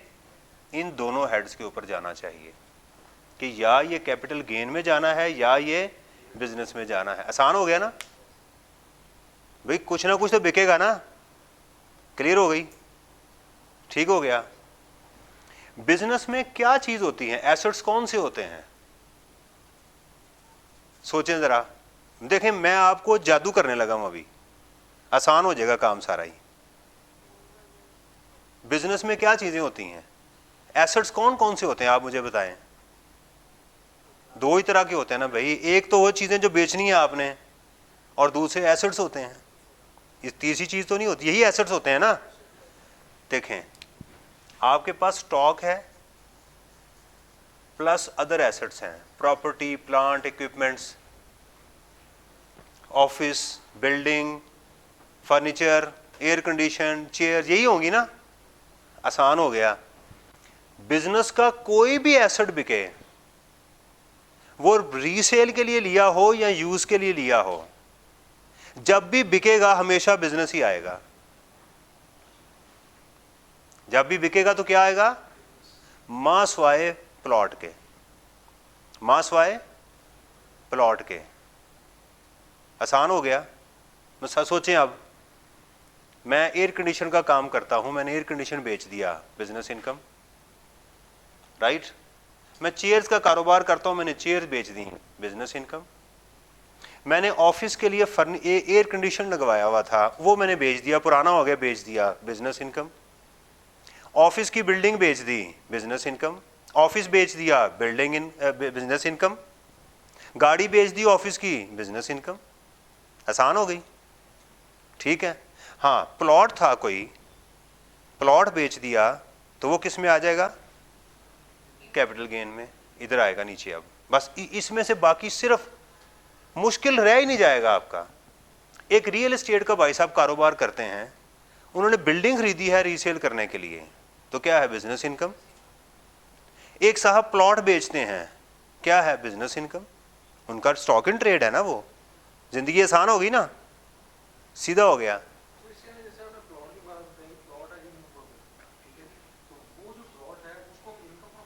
हाँ, मैंने क्या कहा? ये क्रॉस देखें, गलती होगी ना। मैंने कहा कि अगर कोई एसेट बिकेगा तो आपने इन तीनों चीजों के ऊपर नहीं सोचना, आपने इसका सोच लिया, खराब हो गया ना काम कि नहीं। मैंने क्या कहा? बिकने का नहीं सोचना। दो चीजें हैं, इनका सवाल यह है कि ये तो इसमें जाना चाहिए, प्रॉपर्टी से मुराद तो ये है। दो चीजें हमेशा याद रखें। असल में मैं बताना चाह रहा था, लेकिन मैं चाह रहा था कि कोई सवाल करे इसके ऊपर। एक होता है उस चीज से इनकम जनरेट होना, एक होता है उस चीज को बेच के इनकम जनरेट होना, ये दो अलग चीजें हैं। शेयर्स का बिक जाना, ये दुनिया अलग है। शेयर से डिविडेंड मिलना, ये दुनिया अलग है। घर से रेंट का आना, ये अलग दुनिया है। घर का बिक जाना, ये अलग दुनिया है। डायमेंशन ही चेंज हो गई। समझ आ रही है? क्लियर हुई ना? तो ईमान की मजबूती होनी चाहिए। ठीक हो गया। बेचने का इधर सोचना है। अंडरस्टैंड? अच्छा, अब सोचें, बिजनेस के तमाम एसेट्स निकाल दें, क्या बचा? प्लॉट बच गया, इधर आ जाएं, बिक गया। ठीक है। और सोचें, ज्वेलरी, इधर आ जाएं, शेयर्स, इधर आ जाएं, राइट। तो बाकी एसेट किधर आ जाएंगे? अगर तो वो पर्सनल एसेट्स हैं, या तो कैपिटल एसेट होंगे, तो या वो एग्जेम्प्ट होंगे, कैपिटल रिसीट में चले जाएंगे, राइट। तो एसेट तो आपके यही होंगे, या इधर होंगे या इधर होंगे। शेयर्स बिक गए, इधर आ गए। शेयर से डिविडेंड मिल गया, इधर आ गया, राइट। सर्टिफिकेट बेच दिए आपने, डिबेंचर, इधर आ गए। डिबेंचर से प्रॉफिट मिल गया, इधर आ गया। दोबारा सुनिएगा, सैलरी, एम्प्लॉयमेंट से पैसे मिले, इधर आ गए। लैंड और बिल्डिंग से इनकम जनरेट हुई, इधर आ गई, रेंट की सिर्फ मैं बात कर रहा हूँ, कुछ इधर भी आती हैं। बिजनेस जो आप कारोबार कर रहे हैं वो इधर आ गया। कैपिटल एसेट्स इधर आ गए, मिसाल दी है मैंने आपको, shares, jewellery, painting, sculpture, first day cover, पढ़ेंगे आगे। अगर कोई आइटम इधर नहीं आती तो वो इधर आएगी, हमारे पास इधर आ जाएगी इनकम फ्रॉम अदर सोर्स में। अब अगला सवाल सुनिएगा, क्या ऐसा पॉसिबल है कि कोई शख्स यहां अपनी इनकम लिख रहा हो, उसको दूसरा यहां लिख रहा हो? कोई यहां लिख रहा है तो कोई इसको यहां लिख रहा है, ऐसा पॉसिबल है? The answer is yes. कैसे? मैं आपको पढ़ा रहा हूं और मेरी पे मिल रही है, मिसाल दे रहा हूं, तो मैं सैलरी में लिखूंगा। एक शख्स कारोबार कर रहा है, उसने अपना कॉलेज स्टार्ट किया हुआ है, जैसे मैं आपको ऑनलाइन लेक्चर दे रहा हूं, ये मेरा वेंचर है, राइट? तो मेरी ये सैलरी नहीं है। यानी लेक्चर देना ये फैसला नहीं करेगा कि लेक्चर की इधर आना है पे, वो डिपेंड करता है मोड क्या है। अगर तो एम्प्लॉयमेंट रिलेशनशिप में है तो आप उसको इधर लिखेंगे, फिर तो आप माइनस नहीं कर सकते एक्सपेंसेस। अगर आप कहीं नौकरी करते हैं, आप आने आते जाते हैं, उसमें जो आप खर्चा भी करते हैं, सारा कुछ कर रहे हैं, खाना खाते हैं, पेट्रोल डाल रहे हैं, तो आप लॉ कहता भी नहीं, जो मिल रहा है यहाँ लिख दो, उसका तरीक़ेकार और है। लेकिन अगर आप कहीं ऑफिस जा रहे हैं, अपने लेक्चर की रिकॉर्डिंग कर रहे हैं, वो पे नहीं है आपकी, आप कारोबार कर रहे हैं, बिजनेस है आपका, तो फिर आप यहाँ लिखेंगे और उसमें क्या करेंगे, फिर एक्सपेंसेस भी फर्क। तो लेक्चर देना सैलरी नहीं है, डिपेंड करता है मॉडल क्या था, कॉन्ट्रैक्चुअल है या वो एम्प्लॉयमेंट रिलेशनशिप है, उससे चेंज होगा। अगली बात पे आ जाएं, मैं प्लॉट बेचता हूं, मैं इधर लिखूंगा। एक रियल एस्टेट वाला प्लॉट बेचता है, वो इधर लिखेगा। ठीक हो गया? अच्छा, डिविडेंड बैंक को मिलता है, वो बिजनेस में लिखेगा। मेरे लिए ना ये है ना ये है ना ये है ना, मैं इधर लिखूंगा। बैंक को प्रॉफिट मिल रहा है, वो इधर लिखेगा, मैं इधर लिखूंगा। ज्वेलरी मैं बेचता हूं, इधर लिखूंगा। एक ज्वेलर इधर लिखेगा। इससे भी पता चला कि मॉडल चेंज होगा। दोबारा आइएगा, कोई चीज बिक रही हो तो आपने इन दोनों के ऊपर फोकस रखना है। एक्सेप्शन कहीं हो सकती है, मैं उसकी कोई बात नहीं कह नहीं सकता, मैं जनरल बात कर रहा हूं। अंडरस्टैंड? बिजनेस का कोई भी एसेट बिकेगा मास वाय प्लॉट के, जो डिप्रिसिएबल नहीं है, हर एसेट का सोचना आपने इधर ही है। जितना क्लियर सोचते जाएंगे उतनी आपकी जिंदगी आसान होती जाएगी, उतने आप फर्म होंगे, कॉन्फिडेंस आपके अंदर बिल्ड होता जाएगा। यहां तक आ जाएं। हर सवाल में हमेशा पहुंचना कि मैंने टोटल इनकम तक पहुंचना है। ये जो बात मुझे बताई जा रही है, इसका ताल्लुक इनकम के साथ है कि नहीं है, राइट? जो स्टूडेंट ये डिसाइड कर लेता है ना कि ये जो बात मैं पढ़ रहा हूं ये इनकम की है, ये वाली बात टैक्स की है, उसका आधा मसला तो वैसे ही हल हो जाता है, सवाल के अंदर क्वेश्चन वैसे ही हल हो जाता है। उसके बाद आ जाए डिडक्शन जो है। देखिएगा, इधर एक सेपरेट ब्लॉक होगी। सेपरेट ब्लॉक कहते किसको हैं? कुछ लॉ ने ऐसी इनकम डिसाइड की हुई हैं जिसके अलग टैक्स रेट्स हैं। क्या है उसके? कहां मिलेंगे? फर्स्ट पार्ट 1 के अंदर, पार्ट 1 फर्स्ट शेड्यूल में। अगर आपको पार्ट 1 के अंदर फर्स्ट शेड्यूल में कोई रेट्स मिल जाएं तो आप समझ जाएं कि ये रेट्स क्या हैं। ये देखें, बताता हूं। एक आपको रेट्स मिलेंगे सैलरीड और नॉन सैलरीड के, एक मिलेंगे कंपनी के। इसके अलावा जो रेट्स सेपरेट ब्लॉक के हैं। जिंदगी आसान हो गई कि नहीं? यस हो गया ना? मजा आया? सैलरीड, नॉन सैलरीड और इसके रेट्स अगर निकालते हैं, उसके बाद जो आपको रेट, मैं सबकी बात नहीं कर रहा, बार बार मैं कह रहा हूं, मैं एक जनरल बात कर रहा हूं। उसके आगे जो आपको रेट्स मिलेंगे ना पार्ट 1 के अंदर, वो समझ जाएंगे ये सेपरेट ब्लॉक की आइटम है जिसके रेट्स मुझे दिए जा रहे हैं। पार्ट 2, पार्ट 3, पार्ट 4 की बात नहीं कर रहा, वो तो एडवांस टैक्स है। अंडरस्टैंड? अब सुनिएगा, जब मैं आपको पढ़ाऊंगा सेपरेट, अभी मैं पढ़ा नहीं रहा, अभी मैं एक एट ए ग्लैंस आपके बात कर रहा हूं। जब भी सेपरेट ब्लॉक दिमाग में आए ना, तो अक्सर 3 चीजें सोचा करें कि पहले मैंने उसको ऐड करना है as per examiner routine. I am not talking about practical approach. मैं आपको जो बात भी करूंगा थ्योरेटिकली बात करूंगा, प्रैक्टिकली मैं आपसे बात नहीं करूंगा। मुझे आपका पेपर पास करवाना है इंशाल्लाह। पहले उसको ऐड करना है, फिर उसको क्या करना है, लेस करना है, और फिर उसका टैक्स ऐड करना है। समझ आ गई? दो बातें याद रखनी है। यहां सेपरेट ब्लॉक को पूरी को ऐड नहीं कर देना, यहां उस सेपरेट ब्लॉक का टैक्स, क्योंकि ये टैक्स वाला कॉलम है, यहां गलती नहीं करनी। दोबारा, ये कौन सा है, टैक्स, ऊपर लिखा हुआ है टैक्स, तो यहां हर चीज टैक्स टैक्स ही आनी चाहिए। यहां इनकम वाली चीज, ज़कात वाली कोई चीज नहीं करनी। यहां कभी जिंदगी में टैक्स माइनस नहीं करना, बेशक वो सेपरेट ब्लॉक हो, बेशक वो फाइनल की इनकम हो, टैक्स कभी यहां से नहीं माइनस करना। माइनस हुआ हो तो दोबारा उसको ऐड करना है। टैक्स कभी माइनस नहीं होगा आपकी किसी इनकम में से भी, ये बात याद रखें। सीधा हो गया ना काम? मैं फ्रेमवर्क आपका तैयार कर रहा हूं आज। ज़कात माइनस कर दें, घर के लिए लोन लिया हुआ उसके इंटरेस्ट माइनस कर दें, सेपरेट ब्लॉक को टैक्स एबल इनकम तक पहुंच गए। पेपर करते हुए 2-4 गलतियां हो जाती हैं, कोई बड़ी बात नहीं है। मैं आपको पास पेपर दिखा देता हूं। कौन सा पास पेपर है जिसमें गलतियां नहीं है, मैं आपको दिखा देता हूं। अगर किसी शख्स ने पूरा महीना 10 दिन लगा के सोल्यूशन बनाया है, उससे गलतियां हो गई हैं, तो आप तो 3 घंटे में वही काम कर रहे हैं। इससे चौड़ नहीं होना, कोई बात नहीं, गलतियां करके ही आनी मैंने। अंडरस्टैंड? हो सकती हैं गलतियां, कोई इसमें मजायके की बात, लेकिन आपका रुझान ठीक होना चाहिए, काम करने का पैटर्न, टोटल इनकम तक पहुंचना। यार मैंने ये जो मैं इनकम की बात कर रहा हूं, ये किस हेड की इनकम है? हेड लाजमी लिखिएगा एग्जाम के अंदर। हेड के बगैर आपने कोई काम नहीं करना। हेड के बगैर होता ही क्या, सरकटा इंसान कौन होगा? कोई भी नहीं। तो हेड जरूर लिखें, हेड समझते ना, हेड ऑफ इनकम, वो लाजमी लिखें। टैक्सेबल इनकम तक आ गए, टैक्स में पहुंच गए, क्रेडिट्स आएंगे वो माइनस करें, कोई रिवर्सल है उसको भी डालने। फिर उसके बाद अच्छा, आपकी मिनिमम टैक्स रजीम इधर आएगी। मैं आपको भी थोड़ा सा बता दूं, चलें, आपकी जो मिनिमम की एप्लीकेशन आनी है ना, मिनिमम टैक्स की, लफ्ज़ सुना होगा आपने, मिनिमम टैक्स, वो इधर आएगा।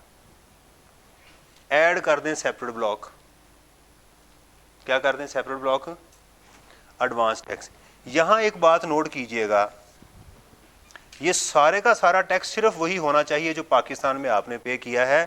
कभी भी यहां वो टैक्स नहीं लिखना जो आपने पाकिस्तान से बाहर पे किया। ये बात ज़हन में उठा कर रखिएगा। मोटी मोटी चीजें देखिए, हम एडवांस लेवल की गलती हो जाए कुछ, कोई मसला नहीं है, बेसिक नहीं गलती होनी चाहिए। यहां कभी जिंदगी में याद रखें क्या है कि यहां बाहर का टैक्स नहीं कभी लिखना, और पाकिस्तान का सारा ही टैक्स लिख देना है। जितना भी आपको क्वेश्चन में टैक्स गिवन होगा, सेपरेट ब्लॉक का है, एडवांस है, डिडक्शन है, कलेक्शन है, हर तरह का टैक्स आपने इनकम टैक्स यहां लिख देना है, वो माइनस करना सारे का सारा ही। फिर पेएबल आ जाए या रिफंडेबल आ जाए, कोई मसला नहीं है। Is it clear? ये बात समझ आ गई? ये एक मैंने आपके सामने एक पूरी फ्रेमवर्क, मैंने आपको बेसिक स्ट्रक्चर बता दिया कि पहुंचना कहां पर है। राइट? आपकी किताब का ये चैप्टर नंबर 1 है, ठीक है, जो हम पढ़ेंगे, नंबर 1। नंबर 2 ये आपका है चैप्टर नंबर 3, 4, 5, ठीक है। इसके मैं आपको लेक्चर दूंगा, लिंक दे दूंगा मैं, क्योंकि ये एग्जाम में आ नहीं रहा आपके लेवल के ऊपर। इसका एक क्वेश्चन दूंगा आपको, ताकि हम छोड़ें कुछ ना, हम इसको कर गुजरें, क्योंकि ये कैफ लेवल पे बहुत आया हुआ है, अब यहाँ वो टेस्ट नहीं कर रहा, तो हम इसकी बजाय अपना टाइम किसी और जगह लगाएंगे, लेकिन ये लेक्चर मैं आपको दे दूंगा इसके। आपका जो चैप्टर नंबर 7 है वो इधर है, आपका चैप्टर नंबर 8 ये है, 9 ये है। ये जो दोनों चीजें हैं ना जो माइनस हो रही हैं, ये वाली और ये वाली, ये आपके चैप्टर नंबर 2 में है, जो इनकम को कम कर रही हैं और जो टैक्स को कम कर रही हैं, दोनों खालिद साहब ने एक ही चैप्टर में डाल दी हैं। इनकम को जो चीजें कम कर रही हैं और दूसरी जो टैक्स को कम कर रही हैं, दोनों एक चैप्टर में मौजूद हैं। अंडरस्टैंड? यहां बिजनेस के अंदर आके ये असल में आपके चैप्टर हैं, चैप्टर नंबर 11, 12, 13, 14, 15। लेकिन यहां मैं आपको क्या करूंगा, मैं अपने नोट्स दूंगा आपको। आपने सिर्फ उन नोट्स को, वो 10-12 पेजेस हैं या 15 पेजेस होंगे, जितने भी हैं, बहरहाल वही करेंगे तो इंशाल्लाह आपके ये 5-6 चैप्टर सारे के सारे उसमें कवर हो जाएंगे। अंडरस्टैंड? इसकी मैं आपको समरी भी दे दूंगा इसकी, और प्लस चैप्टर 2 के साथ हम इसको कर भी लेंगे। अंडरस्टैंड? ये वाला जो एरिया है ना, ये वाला, ये बात याद रखें, ये एग्जाम में बहुत ज़्यादा टेस्ट हो रहा है एडवांस टैक्स का। इसकी प्रोविजंस, इसके ऊपर अलग चैप्टर है, मुझे उसका याद नहीं है, 21 है, 22, 23 क्या है, कोई है इसके ऊपर हमारा चैप्टर जो डिडक्शन कलेक्शन, इसके ऊपर बहुत हर दफ़ा एग्जामिनर जो है ना 5-10 नंबर 15 नंबर दे ही जा रहा है इसके ऊपर। फलां टैक्स कट गया, ठीक कटा नहीं कटा, रजीम है ना, एक एडवांस टैक्स रजीम है और एक नॉर्मल रजीम है, तो इसके ऊपर बड़ा फोकस कर रहा है। राइट? इसको भी ज़रा देखना है। अंडरस्टैंड? इसी तरह हमारा एक चैप्टर है रिटर्न असेसमेंट और अपील के ऊपर, वो एक ही चैप्टर है, रिटर्न तीनों चीज़ें एक ही चैप्टर में हैं, वो हमारा एक अलग इशू वो आ जाए। इस तरह से हमारा इंशाल्लाह इनकम टैक्स ये कवर अप होगा। ठीक है? हमारा स्टाइल ये होगा कि हम किताब को सबसे पहले क्या करेंगे, कंप्लीट कर लेंगे, ताकि मेजर चीज़ें हमारी सारी उसमें से वो निकल जाएं।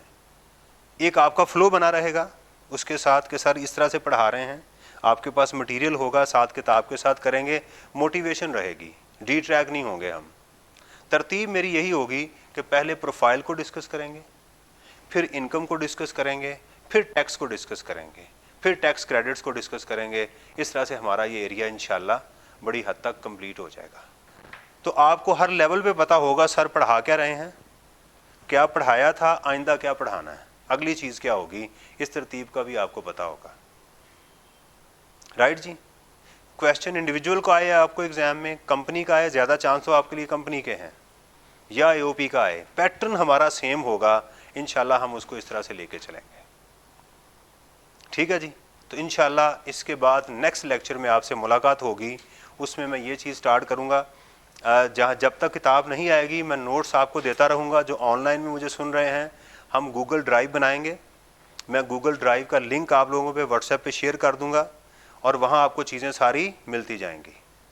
राइट? बार बार नहीं आपको कहना पड़ेगा कि सर मैं लेट आया हूँ मुझे नोट्स दे दें, ये हुआ नहीं। गूगल ड्राइव में हर चीज़, समरी, क्वेश्चन, हर चीज़ वहाँ पर मैं आपको मिलती जाएगी। ठीक है? और मैं कोशिश करूँगा कि उसके अंदर लेक्चर के कंटेंट्स भी मैं डालता जाऊँ। यानी लेक्चर 1 मेरी टॉपिक ये था, लेक्चर 2 ये था, लेक्चर 3, ताकि अगर किसी ने ऑनलाइन लेक्चर सुनना हो तो उसको पता हो कि ये फ़लाँ लेक्चर मैंने सुनना तो मुझे ये चीज़ मिलेगी।